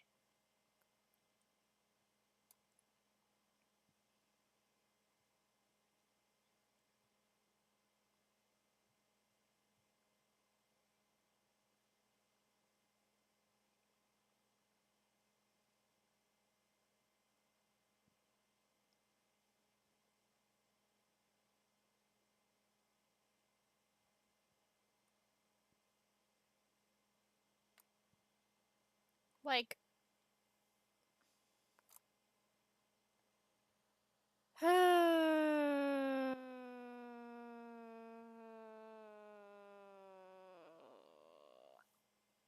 attack. I feel like we should keep her just so we experience the full story, even though I feel like she's such a problem.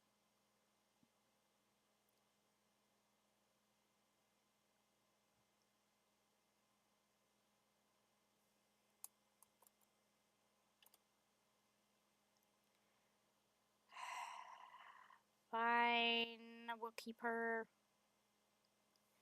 I want to know the whole story.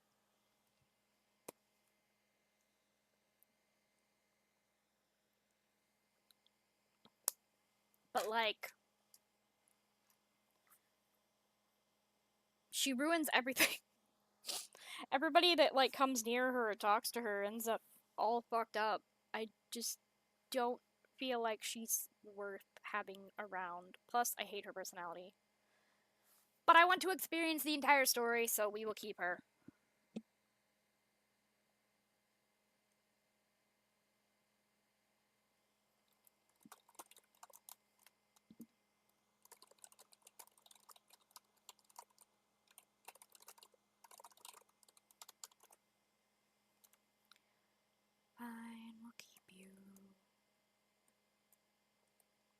Plus, it feels like a cheap way out to just like, you know, be like the most annoying character in my game. I'm just gonna kick you out.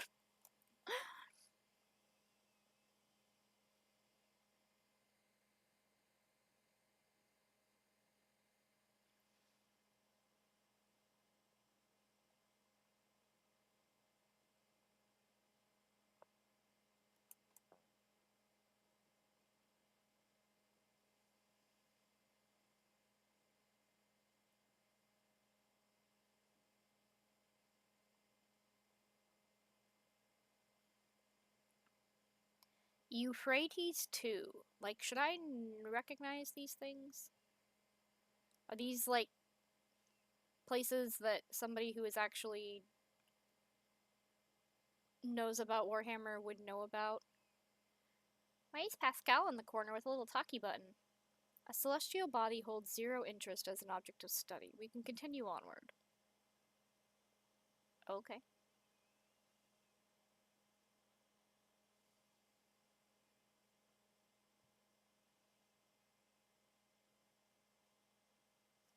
This is the Forge World, Euphrates 2. It belongs to the explorators of the Cognizance fleet. They colonized it centuries ago. Unfortunately, we do not possess the privilege of landing here. Why not?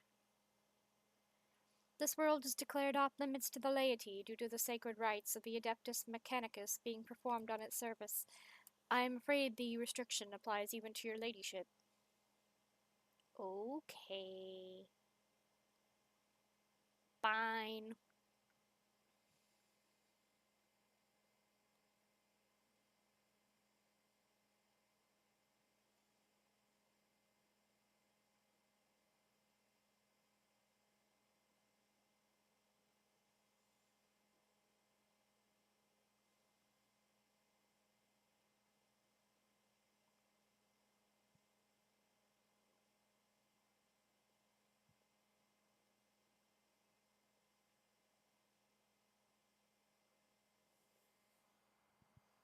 Hmm.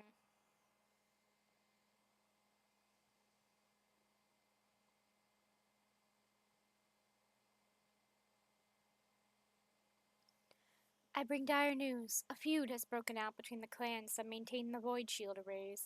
Rumor has it that the late Lady Theodora was seen on the lower decks, and so one of the families called for a rebellion against the usurper of the Void Ship. That is, you. So far, no one believes their mad tales, but unrest has begun at the fringes of the compartments. Ba, ba, ba, ba.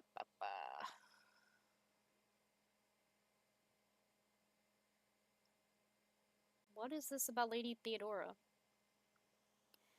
Rumors of Lady Theodora's presence on the Void Ship have been circulating for a long time, and appear to be a deliberate provocation rather than ordinary drunken ramblings. Perhaps someone is intentionally stirring up the masses to rebel against you, or perhaps it is the influence of the warp. Enforcers are already investigating, but right now we need to stop the conflict from escalating any further.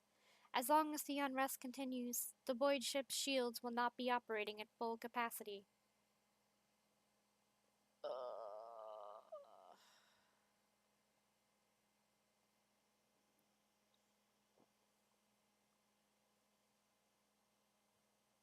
I don't want to destroy the clan. Find the source of the rumors and punish those responsible. I don't want any unnecessary deaths. Lord Captain, as Seneschal Wurzarian would say, there are no innocents in such cases. The clans are endangering the entire void ship, tussling over a strange and obviously false rumor. If you so desire, I will convey your wishes to the enforcers later, but right now the unrest must be stopped, and the people returned to their direct duties or replaced.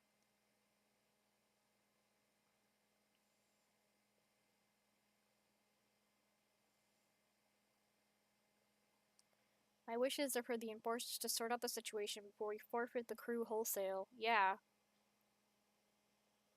I'll see to it, Lord Captain. Have we've already visited this place.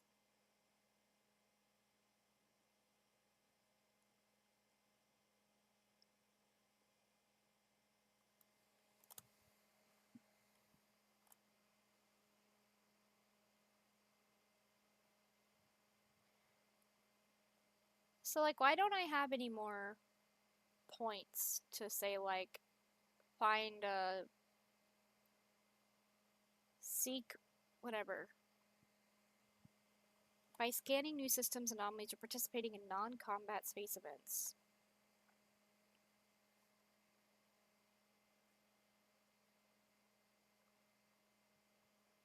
So was I supposed to go to more of these places?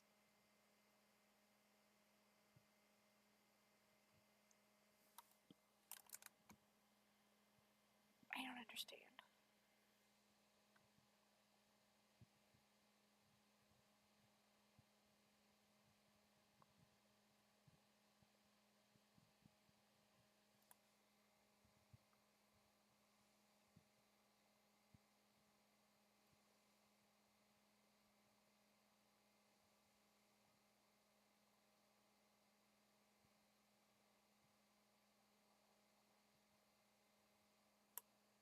Lord Captain, we have an emergency. We have received word there has been a sighting on the lower decks. A sighting of Lady Theodora. The messages we have received are incomplete and vague, little more than yelling and hysterical claims. There are reports of casualties and unrest. The compartment in question has already been sealed off, but I thought you might want to look into what is going on for yourself. The situation is delicate, and what's especially disturbing, there are mentions of Adira being present at the scene. What is Adira doing there? Adira broke her microbead, so I wasn't able to find out anything from her. But Lord Captain, Adira is a psyker, and we are in the warp. You are the only one who would risk setting foot in the compartment, and if you do not, we will never see Adira again. All right, I'll go.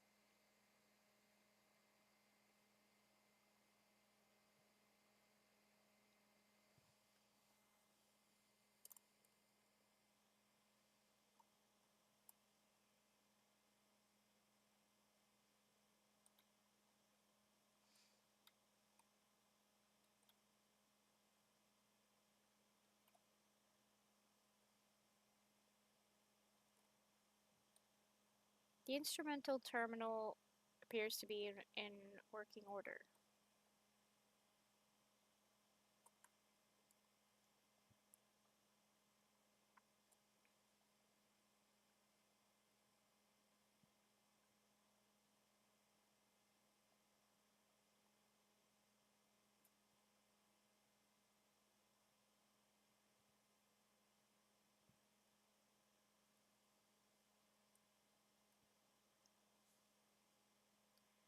Theodora, and who now deigns to grace us with their presence?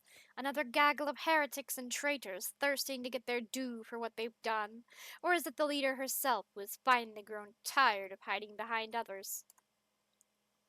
She's before us and she looks grotesque. A hole yawns wide in her chest, rusty hooks protrude from beneath her skin, and a lumpen inflamed scar cuts across her throat. The figure flickers as though it is dropping in and out of this reality. She looks at you with the whitish eyes of a corpse and smiles venomously. Rogue traitor, we meet at last. I had grown tired of waiting for you to pay me a visit. Indeed, centuries of selfless toil and effort, and everything I left behind has gone to this non-entity. Warp illusion, begone! Argenta, my dear, there's no need to make such a fuss. Why don't we sit down over a cup of recap like we used to? I'll listen to your rapturous tales of sacred relics, portents, and your special path.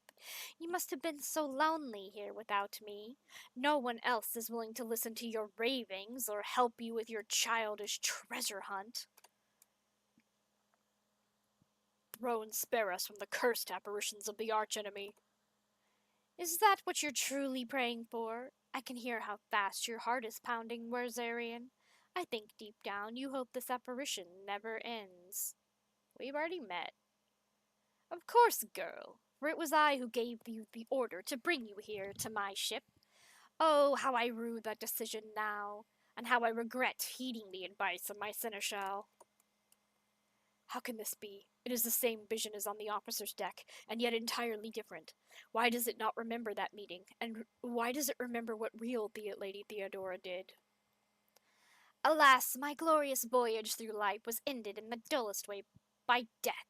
A nuisance I staved off as long as I could. But do not weep for me, my girl. I am still keeping an eye on my property, and punishing all those who fail me. You are not Theodora. Theodora is dead. There's no coming back from that. I'm dead? How is that? I'm no different from those who have not yet crossed the divide between reality and eternity. I see, I speak. I remember the wrongs you all committed against me, and for all those who failed me, I have already begun exacting my retribution. I truly am Theodora, the remnants of herself that she left behind in this world. I am an echo of her memories preserved in the minds of those who cared for her. I am the taste of tears spilt for the unsaid and the undone. I am the terror of she who failed to turn the tide of fate and who refuses to look truth in the face. I am as real as the human passions that bring worlds to ruin. If you're Theodora, then who killed you? Oh, wouldn't you like to know the answer to that question? I don't even know which would be more satisfying, to give you an honest answer or leave you to languish in your ignorance. We'll see how you conduct yourself, little girl. Where's Adira? What have you done with her? Me? What have I done with Adira? All I did was turn that little mutt from the fringes into a true servant of the Imperium. I gave her toys. I cleaned up after her antics. I provided her with everything she could ever dream. Oh, I had plans for poor little Adira. What do you want with me? Matters are so dire that the pleas of one of my servants breached death's veil to reach my ears. How could I ignore such a desperate cry for help, and from my little Adira, no less? And once I appeared here, of course I had to meet the pretender who has allowed this deplorable state of affairs. Yeah, you don't belong here. She feels sorry for me, wretched, spineless creature. No, the only one worthy of pity here is you, girl. But do not expect any. I am not here to console you. Oh, no. I am here to seek retribution against all who failed me. My brainless crew, my useless officers, my pathetic servants who turned their backs on their mistress in her darkest hour. And worst of all, you, my dear heir. You who have undeservedly claimed the warrant and everything else that is mine. I will drag it all to the warp with me, including you. Oh, she, disappeared. Okay. The lines on the screen look fuzzy as though the cogitator's readout system or data storage system has been damaged. The people's remains have been hideously mutilated. The flesh seems to have melted at the edges and is thickly coated in a stinky mucus. The wall lining is dented as though someone tried to break their way out. Labored, stuttering growls and periodic rattling comes from beneath this machine casing.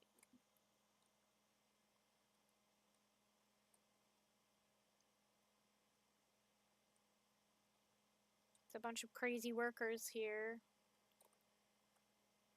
A huge shell ready to be loaded from the macro cannon breach.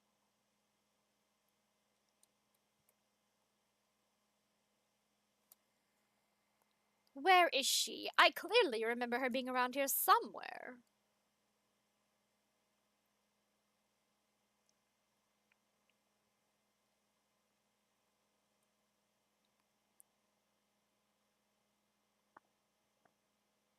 Ah, there you are, my little coward. Why won't you look at your captain, Nadira? It's wrong. It's all wrong. Look at her, girl. My little Adira is utterly trapped in her visions. No matter. I will allay your doubts. Lord Captain? The base of one of her temple implants has blackened and melted. No, wait. Lord Captain. Lady Bon Balancius. You came back. Poor little Adira. There. How can I not come? You were crying for me so desperately. Your pleas carried it to the very depths of the warp itself. Why didn't you save me? Why didn't you warn me? Answer me, you insignificant wretch, or I'll drag the answer out of you myself. I didn't hear anything. I didn't hear anything that could have had anything to do with you. I'm sorry, Lord Captain. I failed. Ah! Argenta wordlessly swings her weapon up and aims it at Adira, who is struggling in the monster's hold. Stop. She wrinkles her nose, but puts it down, or lowers her weapon. Ugh. Adira, I am your captain, not her. Listen to me or snap out of it. Lord Captain! Damn it! Chaos will devour you. It will devour everyone responsible for my death. Die! Die for the delectation of my lord. Delectation? Oh! It's a little goober. Oh, it's a lot of little goobers.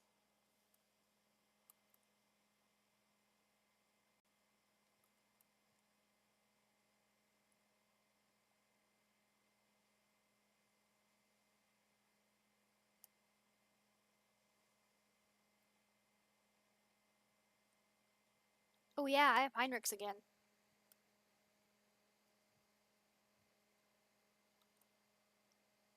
That thing will explode.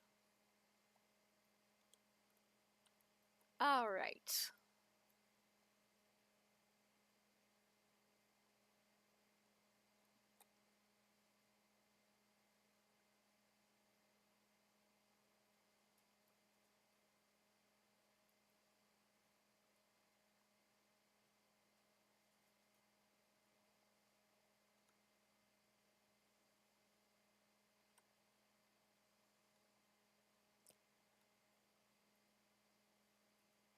Really?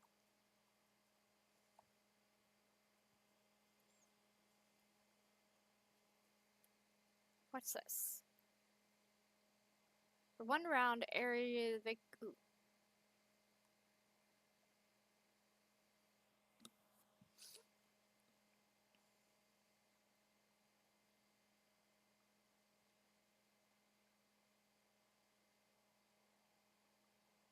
Fine.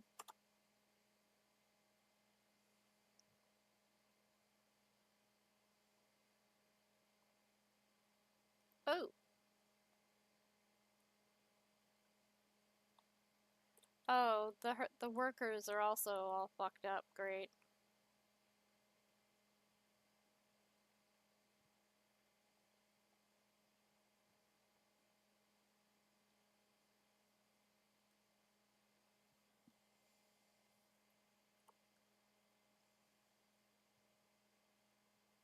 This is a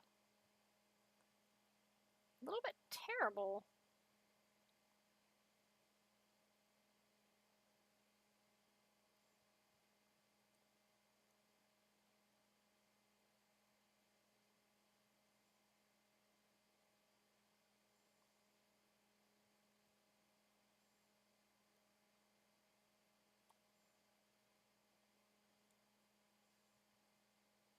Ugh.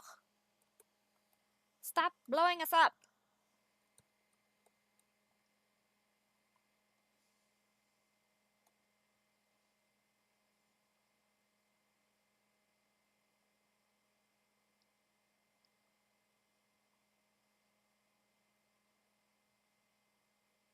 Hmm?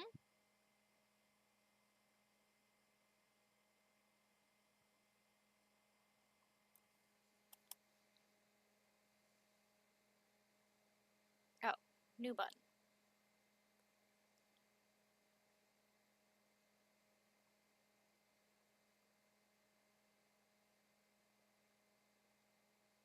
Target is under the effect. Oh. Okay.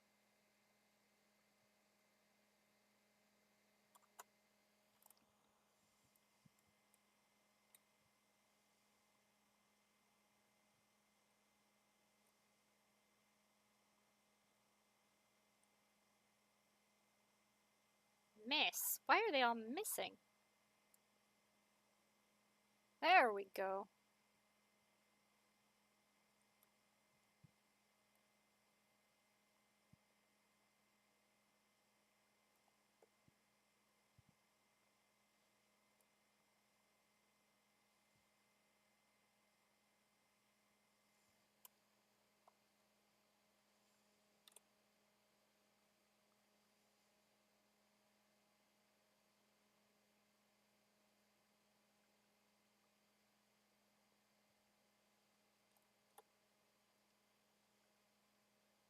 There we go.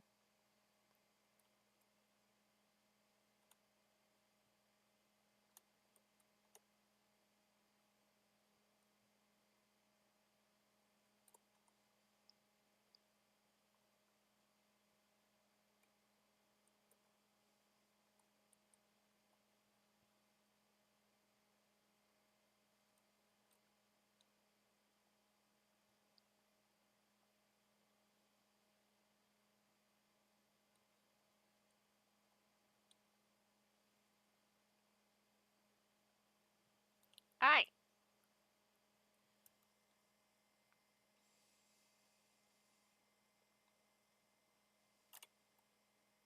Duck.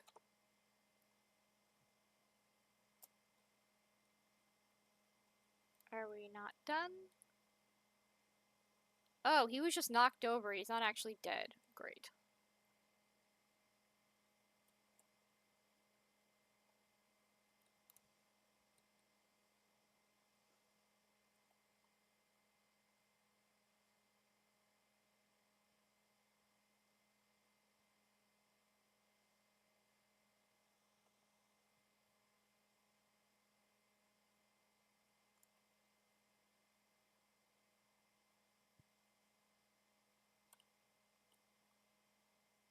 Oh, there's one more, huh?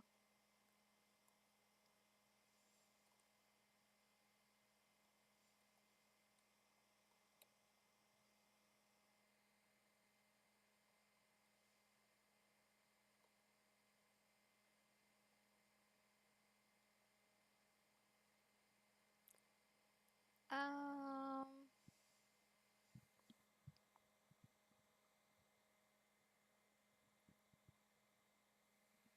sure.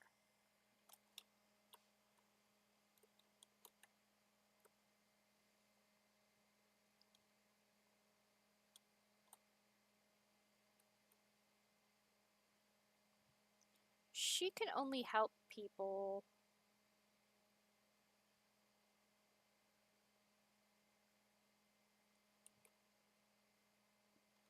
Shh. Ba, ba, ba, ba.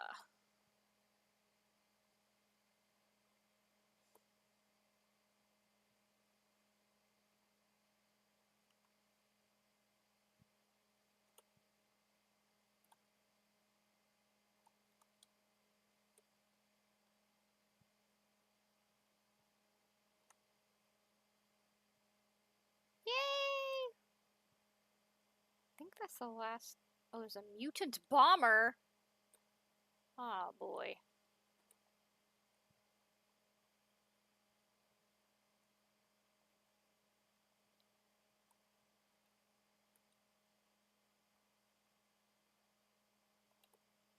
Can you reach that guy? No.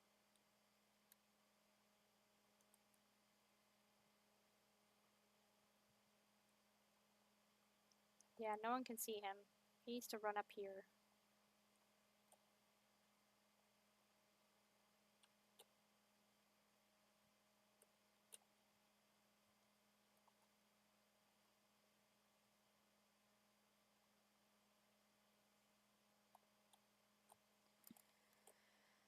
Move, everyone.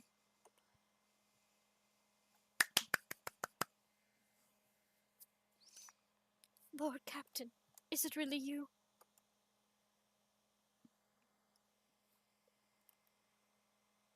This abomination claims that you called her. Is this true? Me? Did I? Yes, Lord Captain. I think it was me who called her. I can barely remember. The voices, my old good whispers, they suddenly turned red, sharp. They started cutting, tearing, ripping me to pieces. I cried out. I called for help, and she came. Damn it, why are the voices making so much noise now? Shut up! Shut up! The previous rogue trader has been seen on the ship recently. Was that your doing? Yes. I did it a couple of times when I'd had too much to drink. At the time, I thought I heard her voice among all the whispers in my head. The voice was so sad, so clear. I couldn't help myself. I answered. I hoped I could reach her there. Ever since she died, since I first heard her voice in my head, the whispers have gotten louder, harder to resist.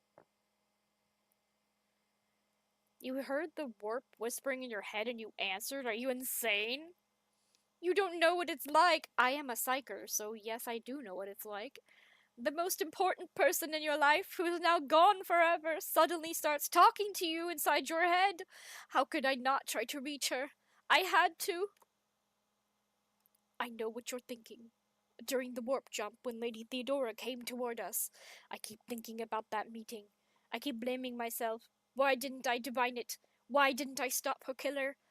These thoughts have been playing at the back of my mind day after day, choking me with guilt. And do you know what? The one on the officer's deck. I don't know what that was. But this time here, this was the product of my guilt. An accuser straight out of my mind. So what am I supposed to do with you now? I know after everything I've done, you have no faith in my willpower or my strength, but I can fix everything. It's just I'm not at my best, you see. But maybe we can find a way to replace my implants, or some other remedy, a better one. Lady von Valancius said that such a thing could be found, if not here, then elsewhere. I just didn't need it before, but we just need to find it. We need to figure out where to look for it, and we'll get it.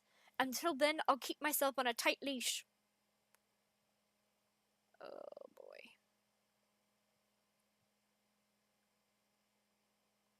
What will happen to my crew while we look for this remedy? I'll I'll pull myself together, Lord Captain. The death of Lady von Valancius knocked me for six. I'll get myself under control. No more booze, no more obscura, nothing. And I'll stop walking around the lower decks. I'll be stone cold sober. You should have been that to begin with.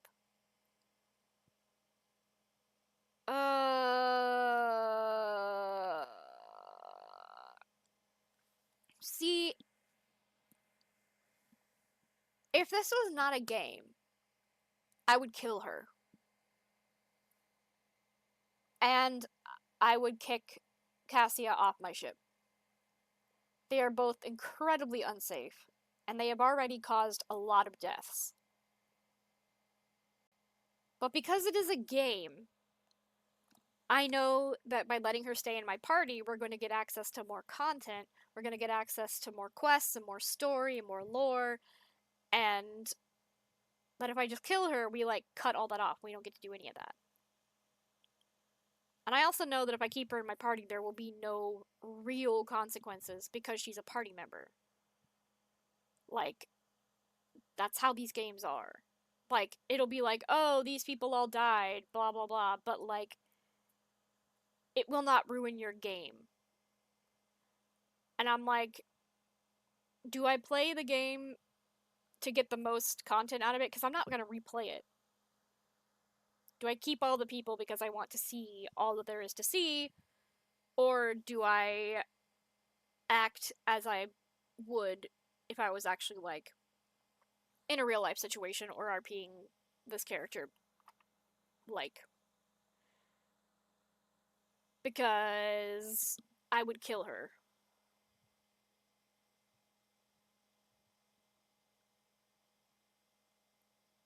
Do you guys have any opinion? I think everybody in chat is just lurking at this point. But should we kill her? Or should we let her keep doing things so we can go have a quest to like go get her implants or whatever?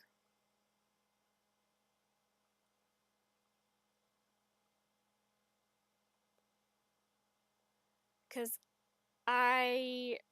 she's already caused the death of however many people died down here, and like we had to block off the whole like area. Like there's 1, 2, 3, 4, 5, 6, 7 bodies over here.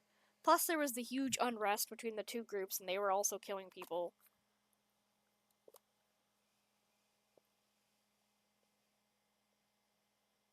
Uh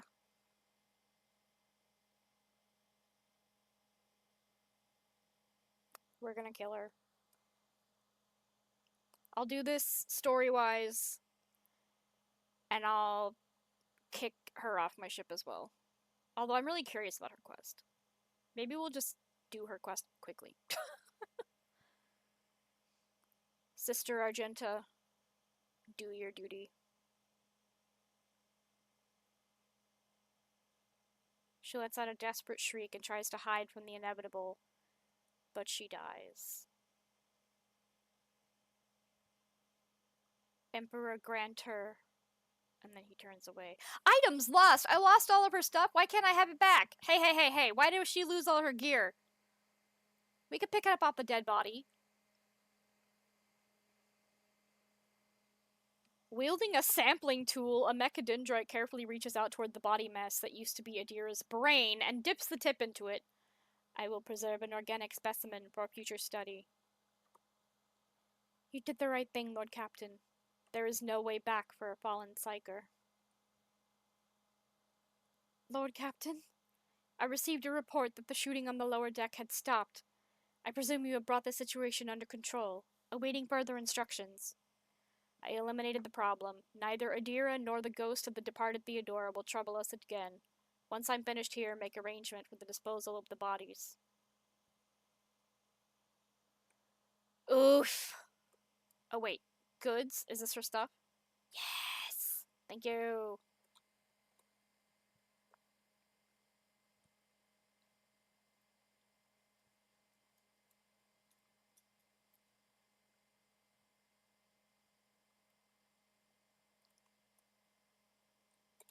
Ugh.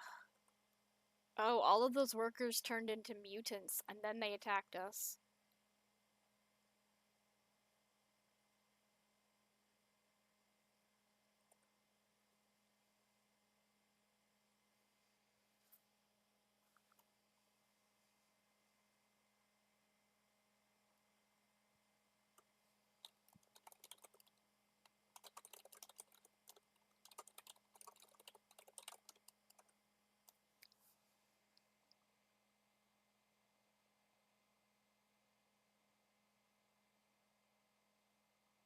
Man, I don't think I've ever, like, killed off a party member before.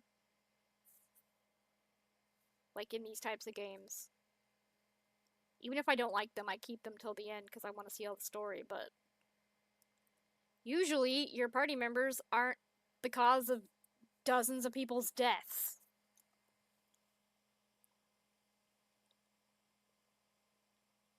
But since we killed her, it is also time to get rid of the other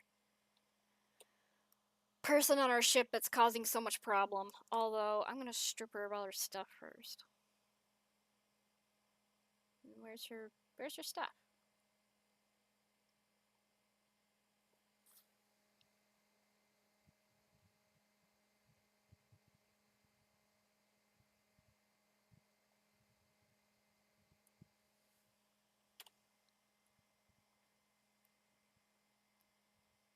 Get out. Out.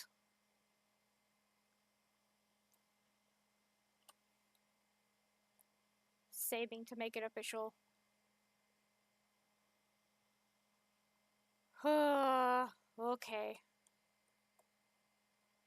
I really want to know who's navigating us then. We made this whole thing about how we needed a navigator, and now we're just like, oh wait, that's not how we go anywhere.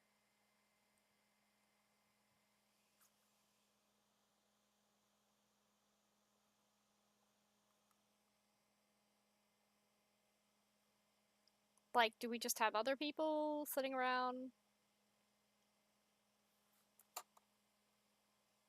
I was trying, because we don't have enough stuff to reach where we need to go. We, like, ran out.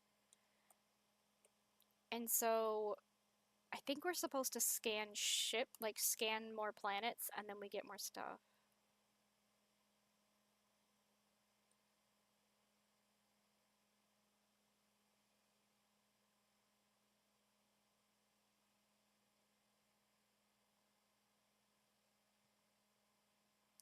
Space dust? Trophies, we got fuel.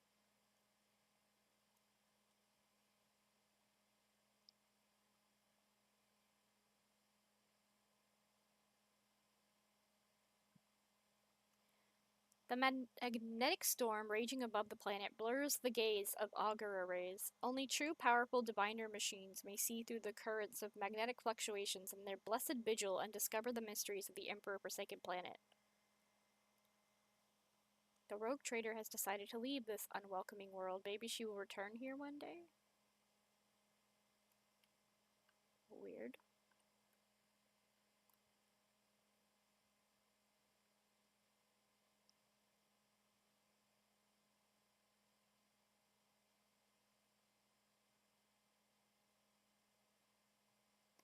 The ruins of an ancient imperial city were discovered on a dead world completely deprived of an ecosystem. According to the reports, the entire settlement is contained in a titanic glass dome that once held an artificial atmosphere. Your augurs detected the framework for 3 other similar structures that were never completed. For whatever reason, the dome's systems failed and left behind this city, a ghost that never managed to become a proper colony of the Imperium.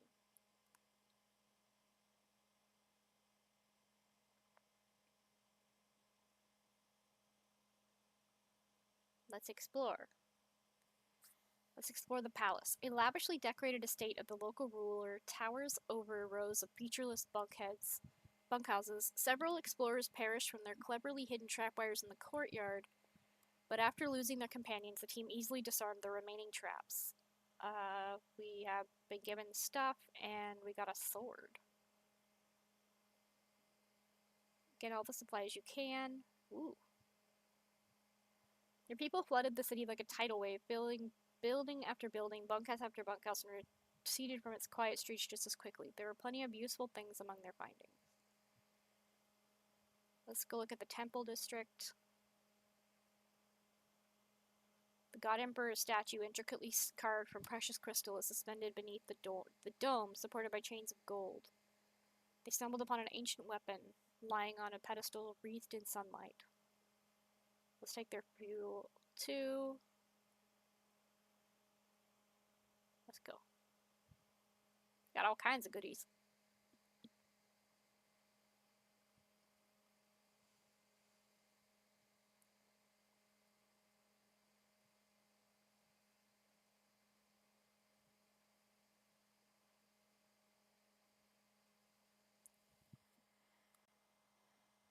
Okay, I think we have enough void points or whatever, traveling points, that maybe we can get to the new place.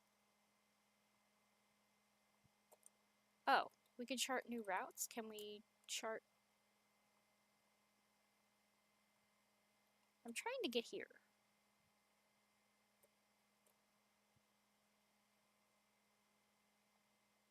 Oh, we have to chart new routes? I can't travel? Oh wait, I travel here.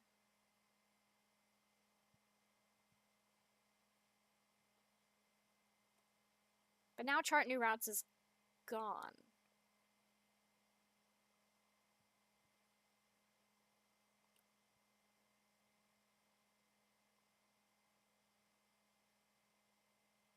But we did get a point.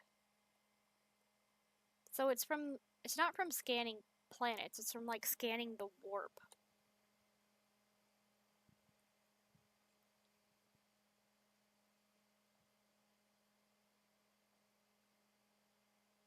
There was a commotion on the lower decks. Okay. Chart new routes.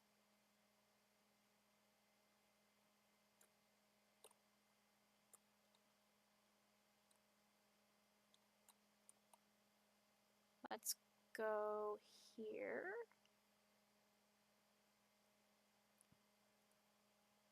Oh, we took damage.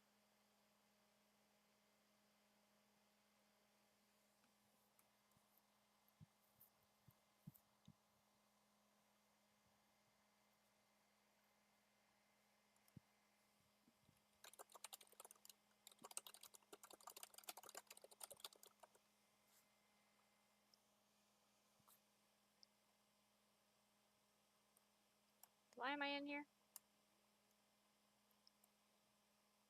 Am I having more weird dreams? Oh. Oh. Why am I in here all by myself with demons?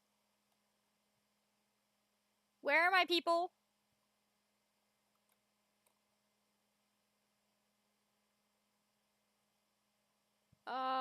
What?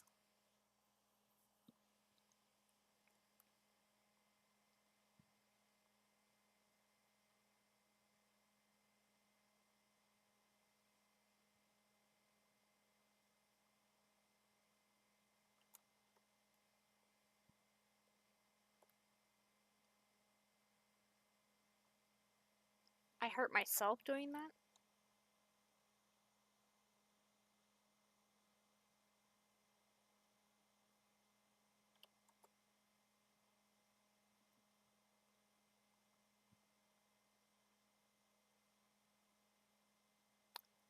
Where are all of my people? Can I call for help? Will they get here eventually?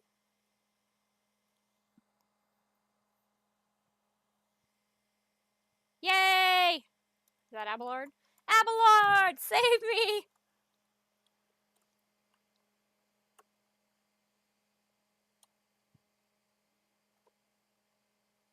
Heck yeah! We've got Abelard. All will be well.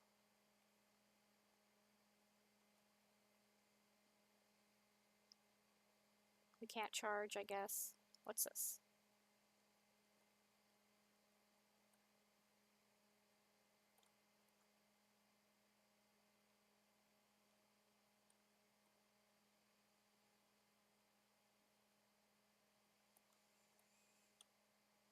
What's my other weapon? Oh yeah, it's a sword. Okay. Special attack that counts as a major psychic power. It deals additional damage and may trigger bad things.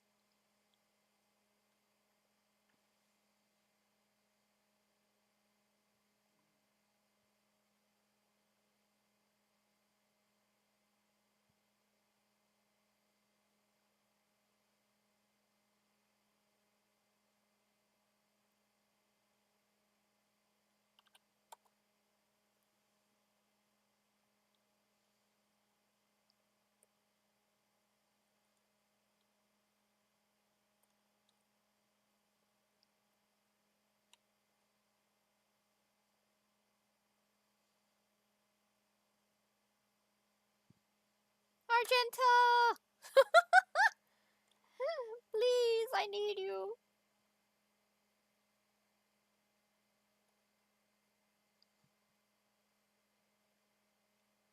Hell yes.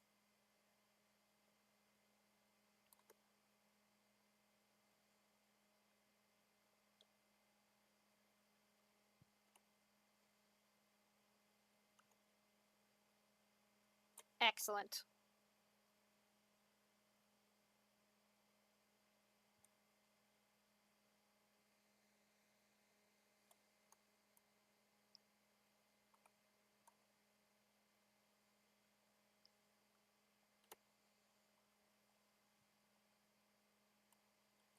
Can he charge to anybody yet? Oh. Oh, we can do this.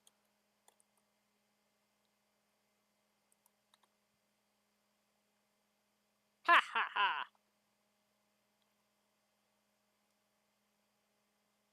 Did we get them all? No, there's two more. Or there's a group back here.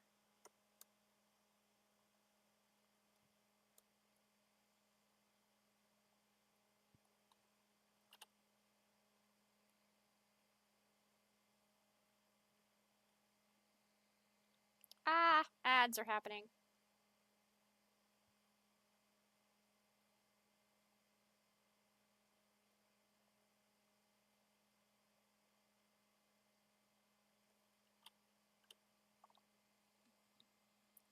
Ouch.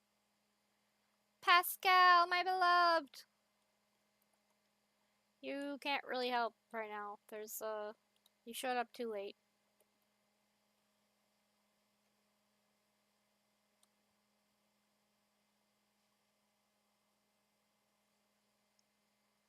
So, what happened here? I didn't really read the things.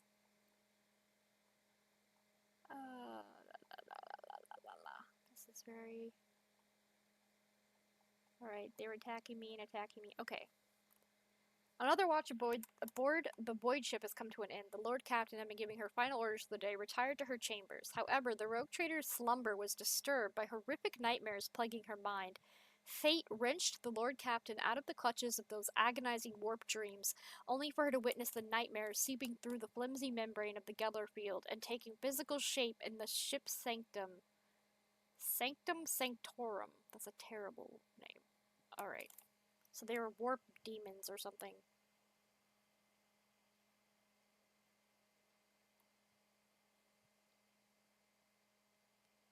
What if we all get into the bath together? Cozy bath times. Heinrichs, you're fucking late.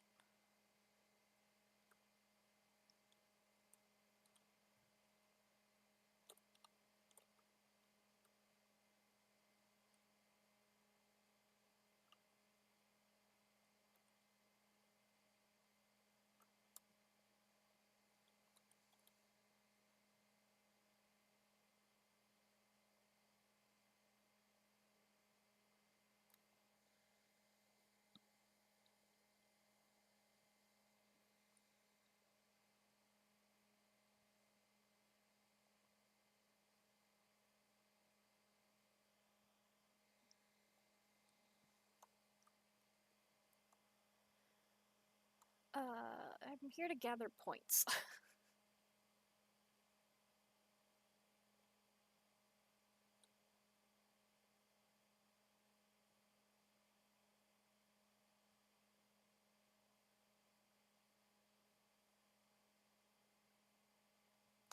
We don't get navigator points for scanning these planets. We just get resources, but I'm out of the mining thing, so I can't really. It appears that a large void ship recently dumped a huge load of junk and faulty parts from orbit. The debris that did not burn up in the atmosphere is now blocking the flow of a mighty river. This dam is causing the river to overflow, flooding the nearby valley. A herd of large hoofed rodents has gathered along the riverbanks. If the animals lose their usual habitat, they are doomed. Should we kill them all, or... Fine, let's remove the space debris. It takes many planetary turns and hundreds of crew members to remove the heap of trash, letting the waters flow freely once more. The rodents run back to their pastures without so much as a backward glance at the people who saved them. Alrighty.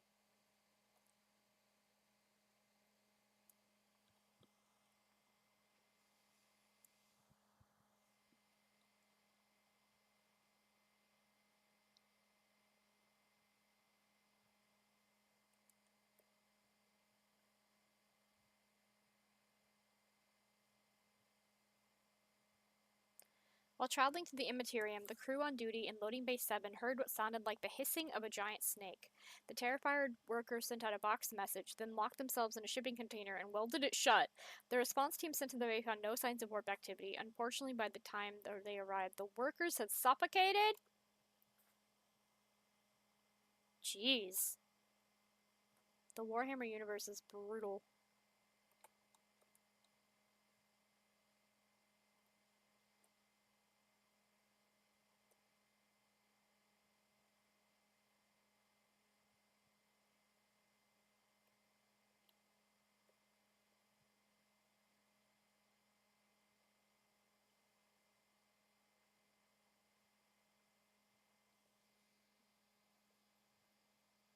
A call for help has pierced the tranquility of an uneventful warp flight. Something sinister is afoot on one of the storage decks. 2 squads have already been sent to investigate, and both of them have gone missing. The only way to learn of their fate is a personal visit by me. Alright, let's go.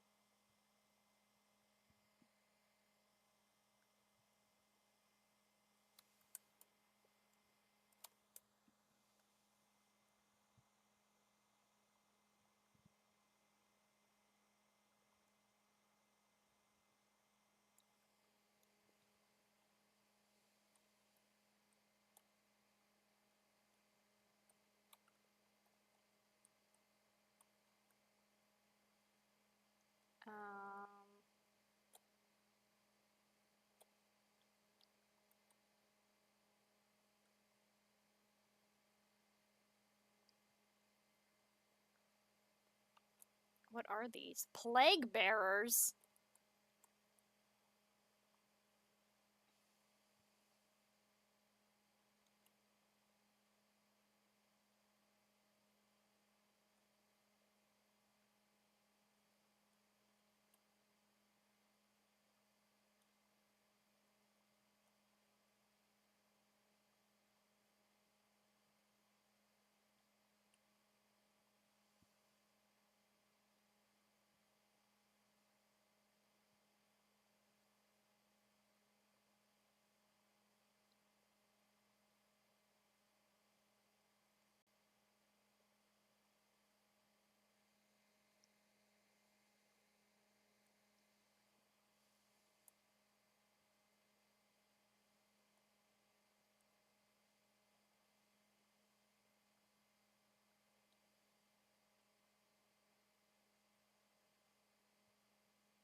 Why is she so bad?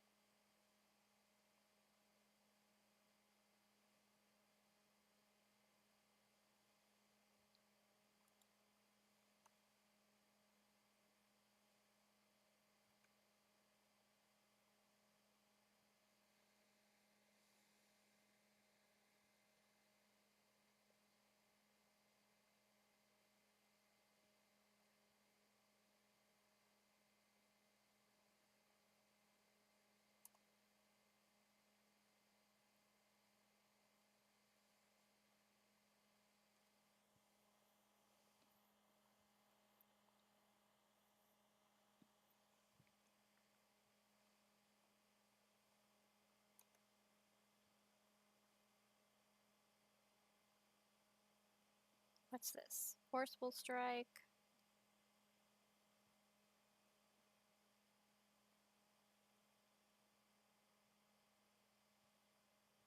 Ew! Oh! Oh! What just happened? They turned into undead! Oh, that not good. That not good at all. Okay.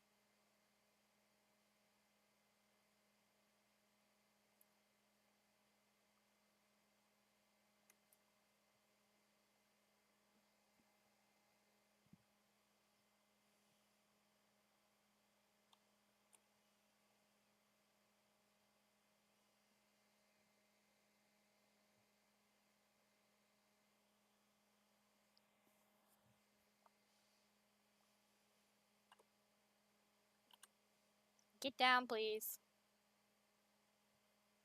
There you go.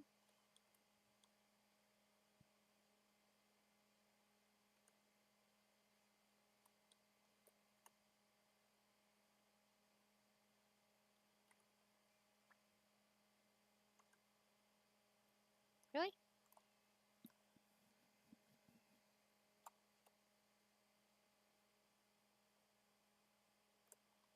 What else we got?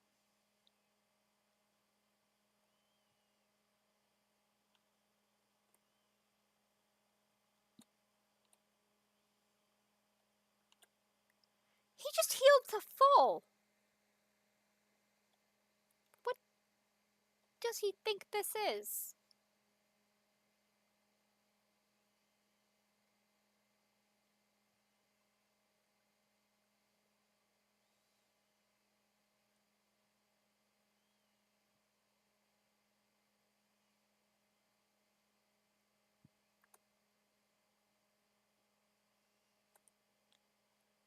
Alright. Can you get over there? Can you run over there? Yeah, but you can't reach them.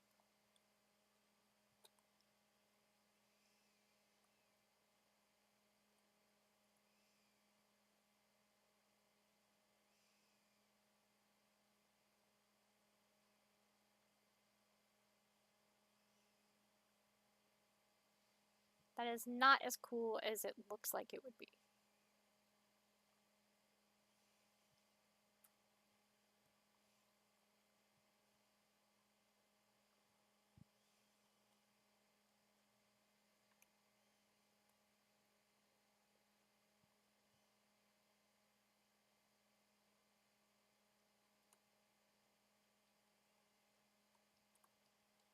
Any more? There's a lot, but they're like all way back here. I guess there's this one.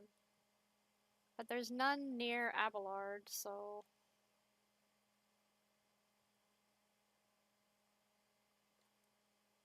Abelard, I need you to run... Oh, he can run way over here.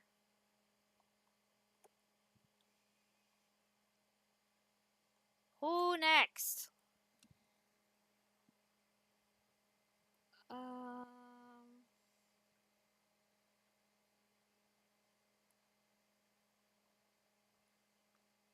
Dang it. Oh. Nah. Okay.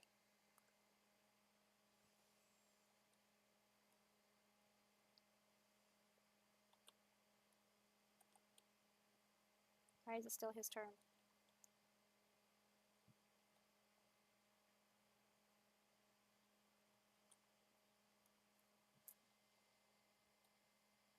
What more?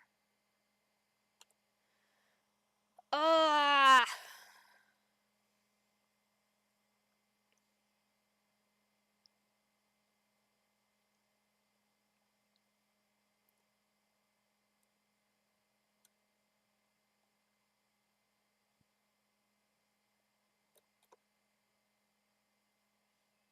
That's what I thought.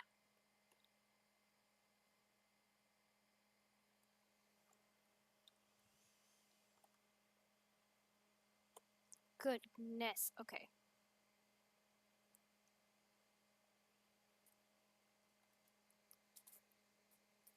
Hmm.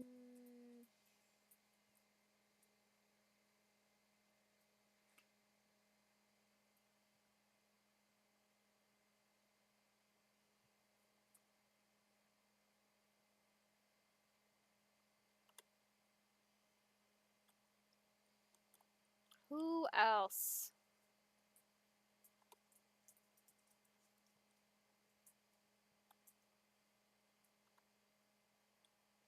My gosh, there's so many of them.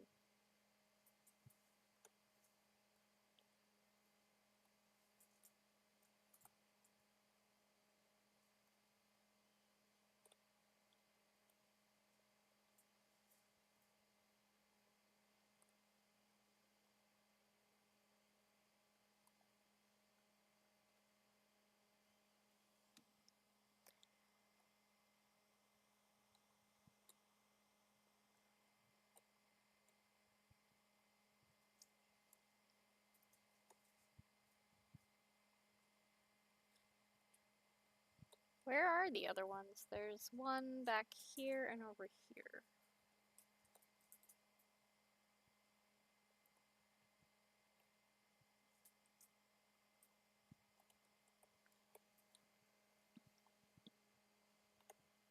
No, not more!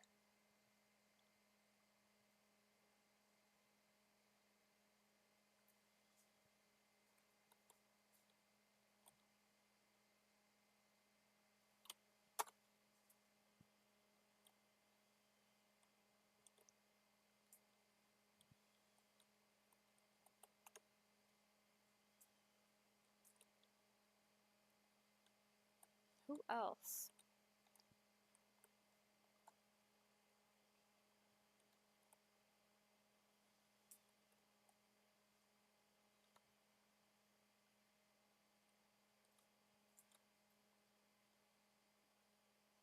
Is there more back there? No. Just the ones over here by me. Too close. Can I smack him?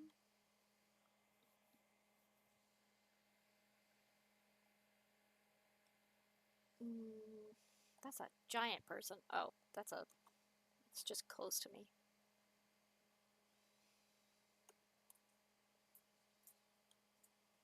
Can we be done? Where is the last one?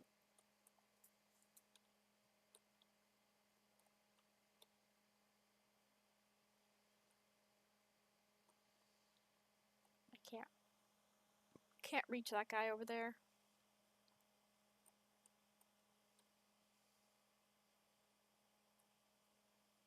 Oh, there's one behind you. Can you reach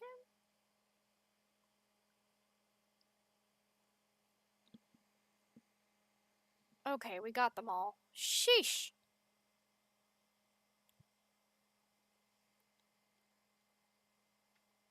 That's so many.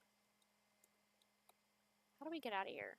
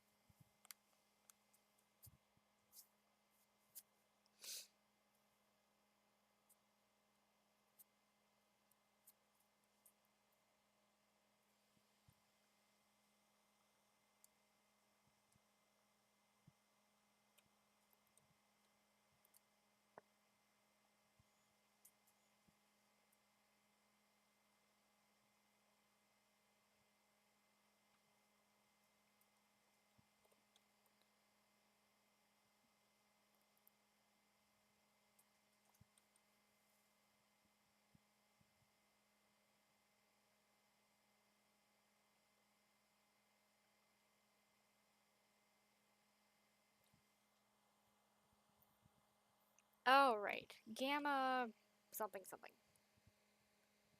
Kiava Gamma or whatever this place is called.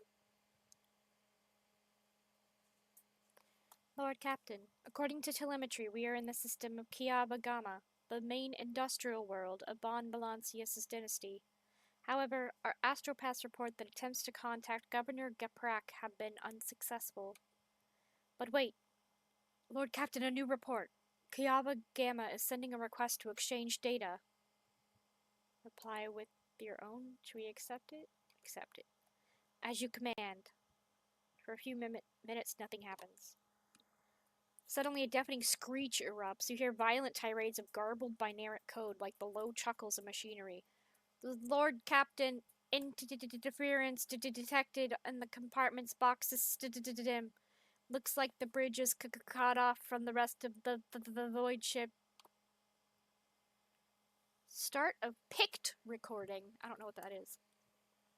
The void ship's bridge. Sounds of working cogitators and officers' footsteps.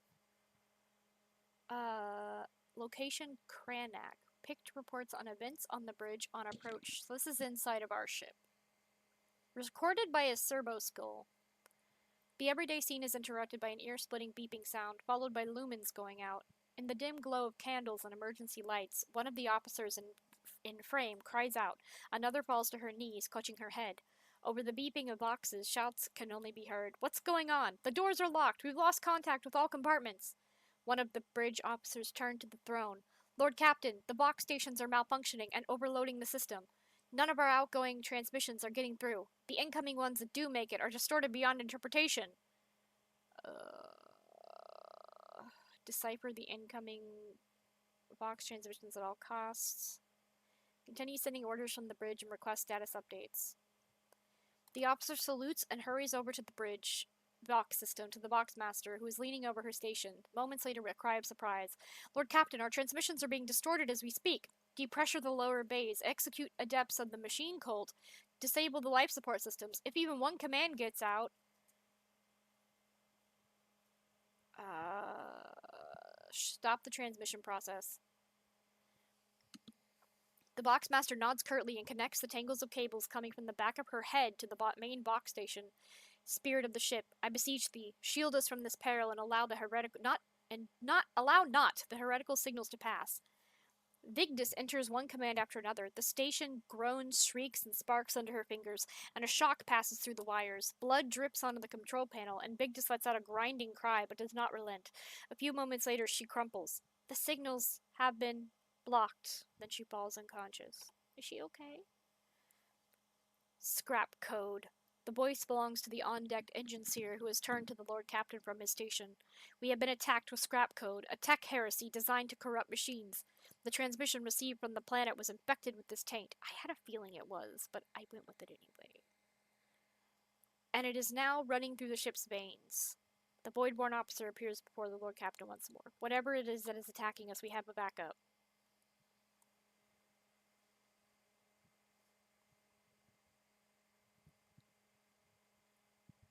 Evacuate immediately. The rogue trader personally oversees the evacuation. Bring the plasma cutters. Get the wounded to the exit. When the servo skull following the rogue trader reaches the doors, they fall to the plasma cutters and crumble outward. The rogue trader is last to leave the bridge. Leaning on a support beam, the rogue trader takes several deep breaths, trying to flush her lungs with air. Then she straightens, smooths her uniform, and heads toward a goal known only to her. The servo skull follows. The atrium is in a state of panic. Silhouettes skitter about in the dark hall, illuminated only by the flickering of emergency lumens. Curt orders and someone's feverish words of prayer can be heard. Having lost all communication, the beheaded ship is writhing in agony. It takes a while for the Lord Captain to find the cogitator mentioned by the fallen officer. The panel of the isolated terminal is riddled with cracks and bloodstains, and on the floor by the terminal, a tech priest is lying in a heap with his head smashed and technical liquids mixing with the blood oozing out of his ports. Alright, we're gonna restore the terminal. Where the hell is Pascal? Hi, Eric. The rogue trader rips the power key off the tech priest's mechadendrite and opens the cover on the terminal. Sparks fly into her face, but she is confident in her manipulation of the tangled wires and clanging levers. Oh, am I? After replacing the cover and ensuring that the system is restored, the Lord Captain brings up the required data on the screens. Lord Captain, the situation has been brought under control, more or less. It will take some time to eliminate the consequences of the attack completely, but the vessel is capable of motion. We may even be able to conduct a warp jump if you feel we should leave the system. Allow me to bring you up to date. Fortunately, the bridge suffered only minor losses. The reports mention only a few casualties that have already been replaced. Kiava Gamma went silent after transmitting the harmful signal. I will refrain from sending inquiries to the industrial world to avoid a second attack. I am afraid we have exhausted our options for remote analysis. More information can only be obtained by closing the distance or even sending an away party to the planet's surface. Put me in, coach! Heinrich. The time has come to remind you about our agreement, Jaylee. I must be present in your entourage during your expedition to Kiava Gamma. I am counting on your cooperation. The crew is awaiting further instructions, Lord Captain. Oh boy! Oh, it's surrounded by bad ships. We're gonna have to space battle our way in. Nuke the site from orbit. That is the instructions. No, we're gonna save them. We're a bleeding heart. We save everyone. You missed me, killing our psyker, though. The crazy psyker lady. Idris? We killed her.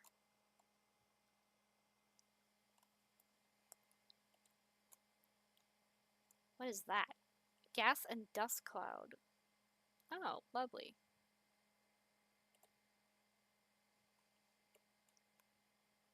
How far away are these ships? Infidel class raiders.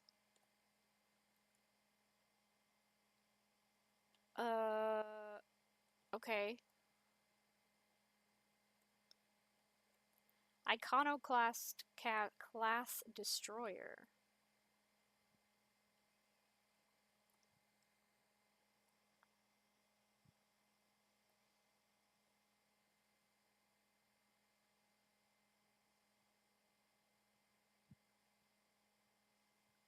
Can I shoot any of them?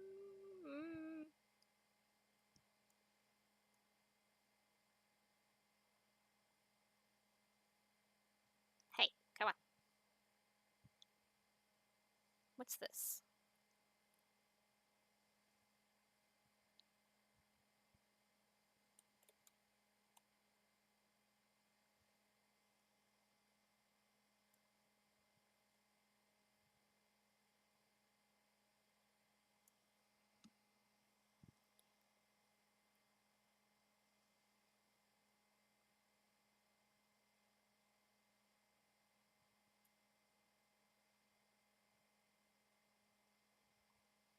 Ah!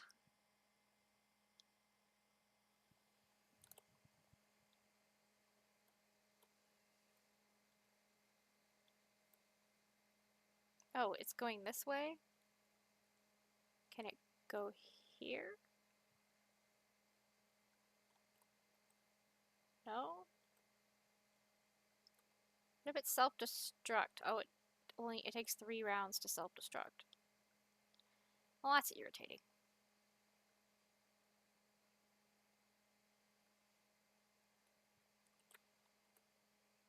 Oh boy, oh boy.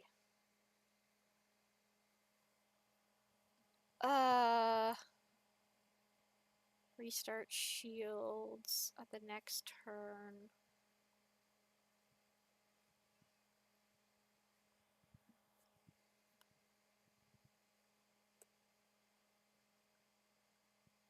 How come I can't hit them?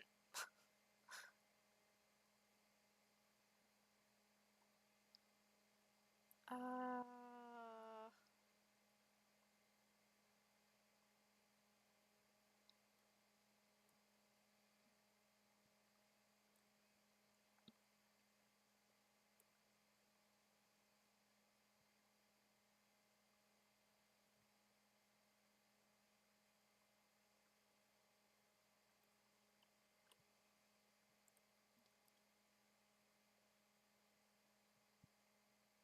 How do we just like hop, skip, jump away from those torpedoes?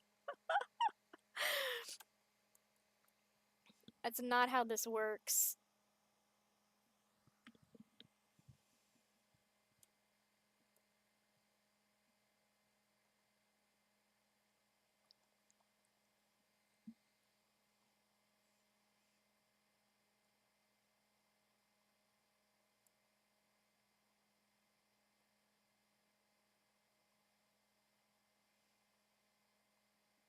Yeah!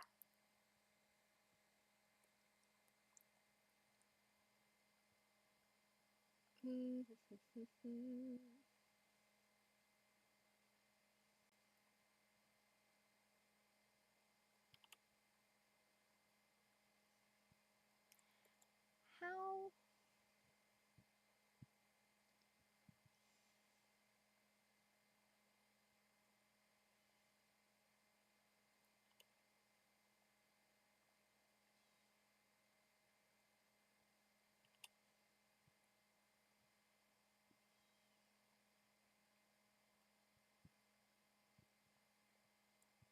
I feel like we are not doing well.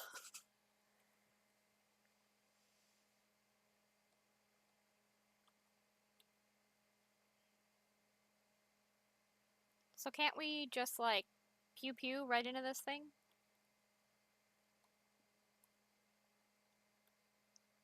I don't understand why that didn't, like, connect.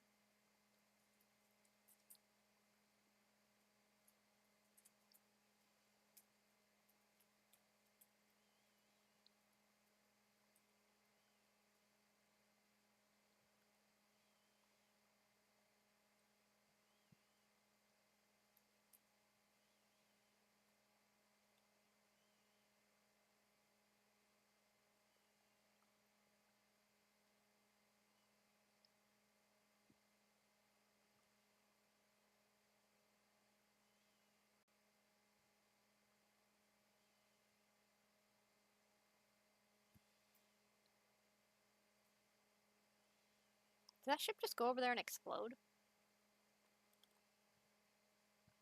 Ah! Okay.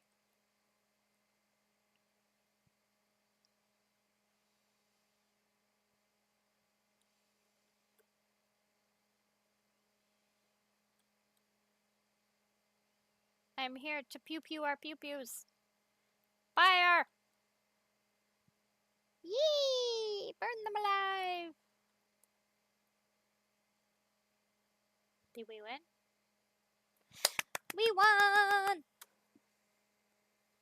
Oh, my ship needs repairs. Okay.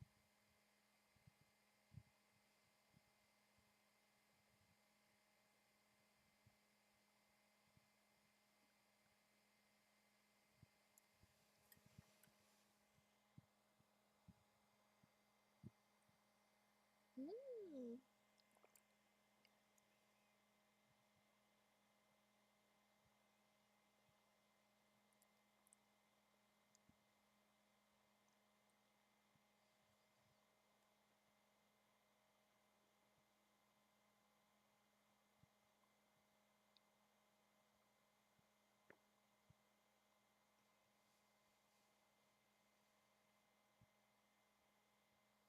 Hmm.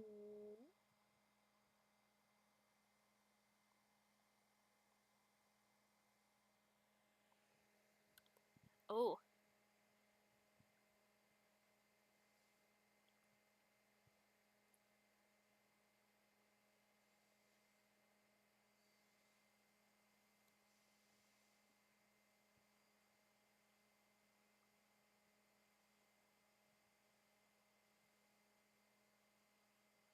Shield pulse.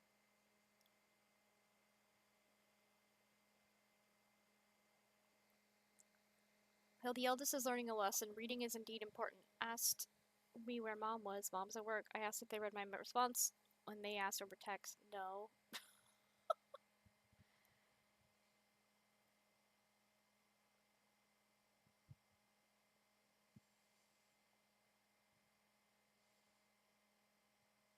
Dang it, I like this ability.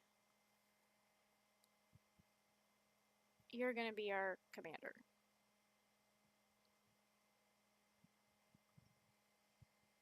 Oh, I can upgrade things?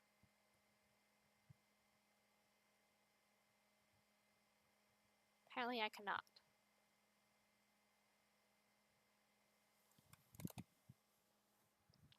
Okay, repair.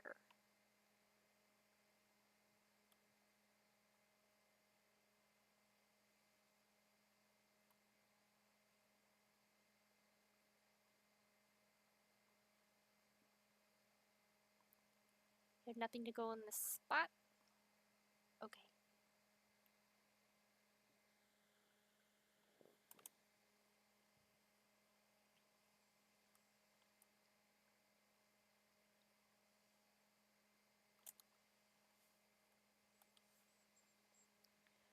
Okay.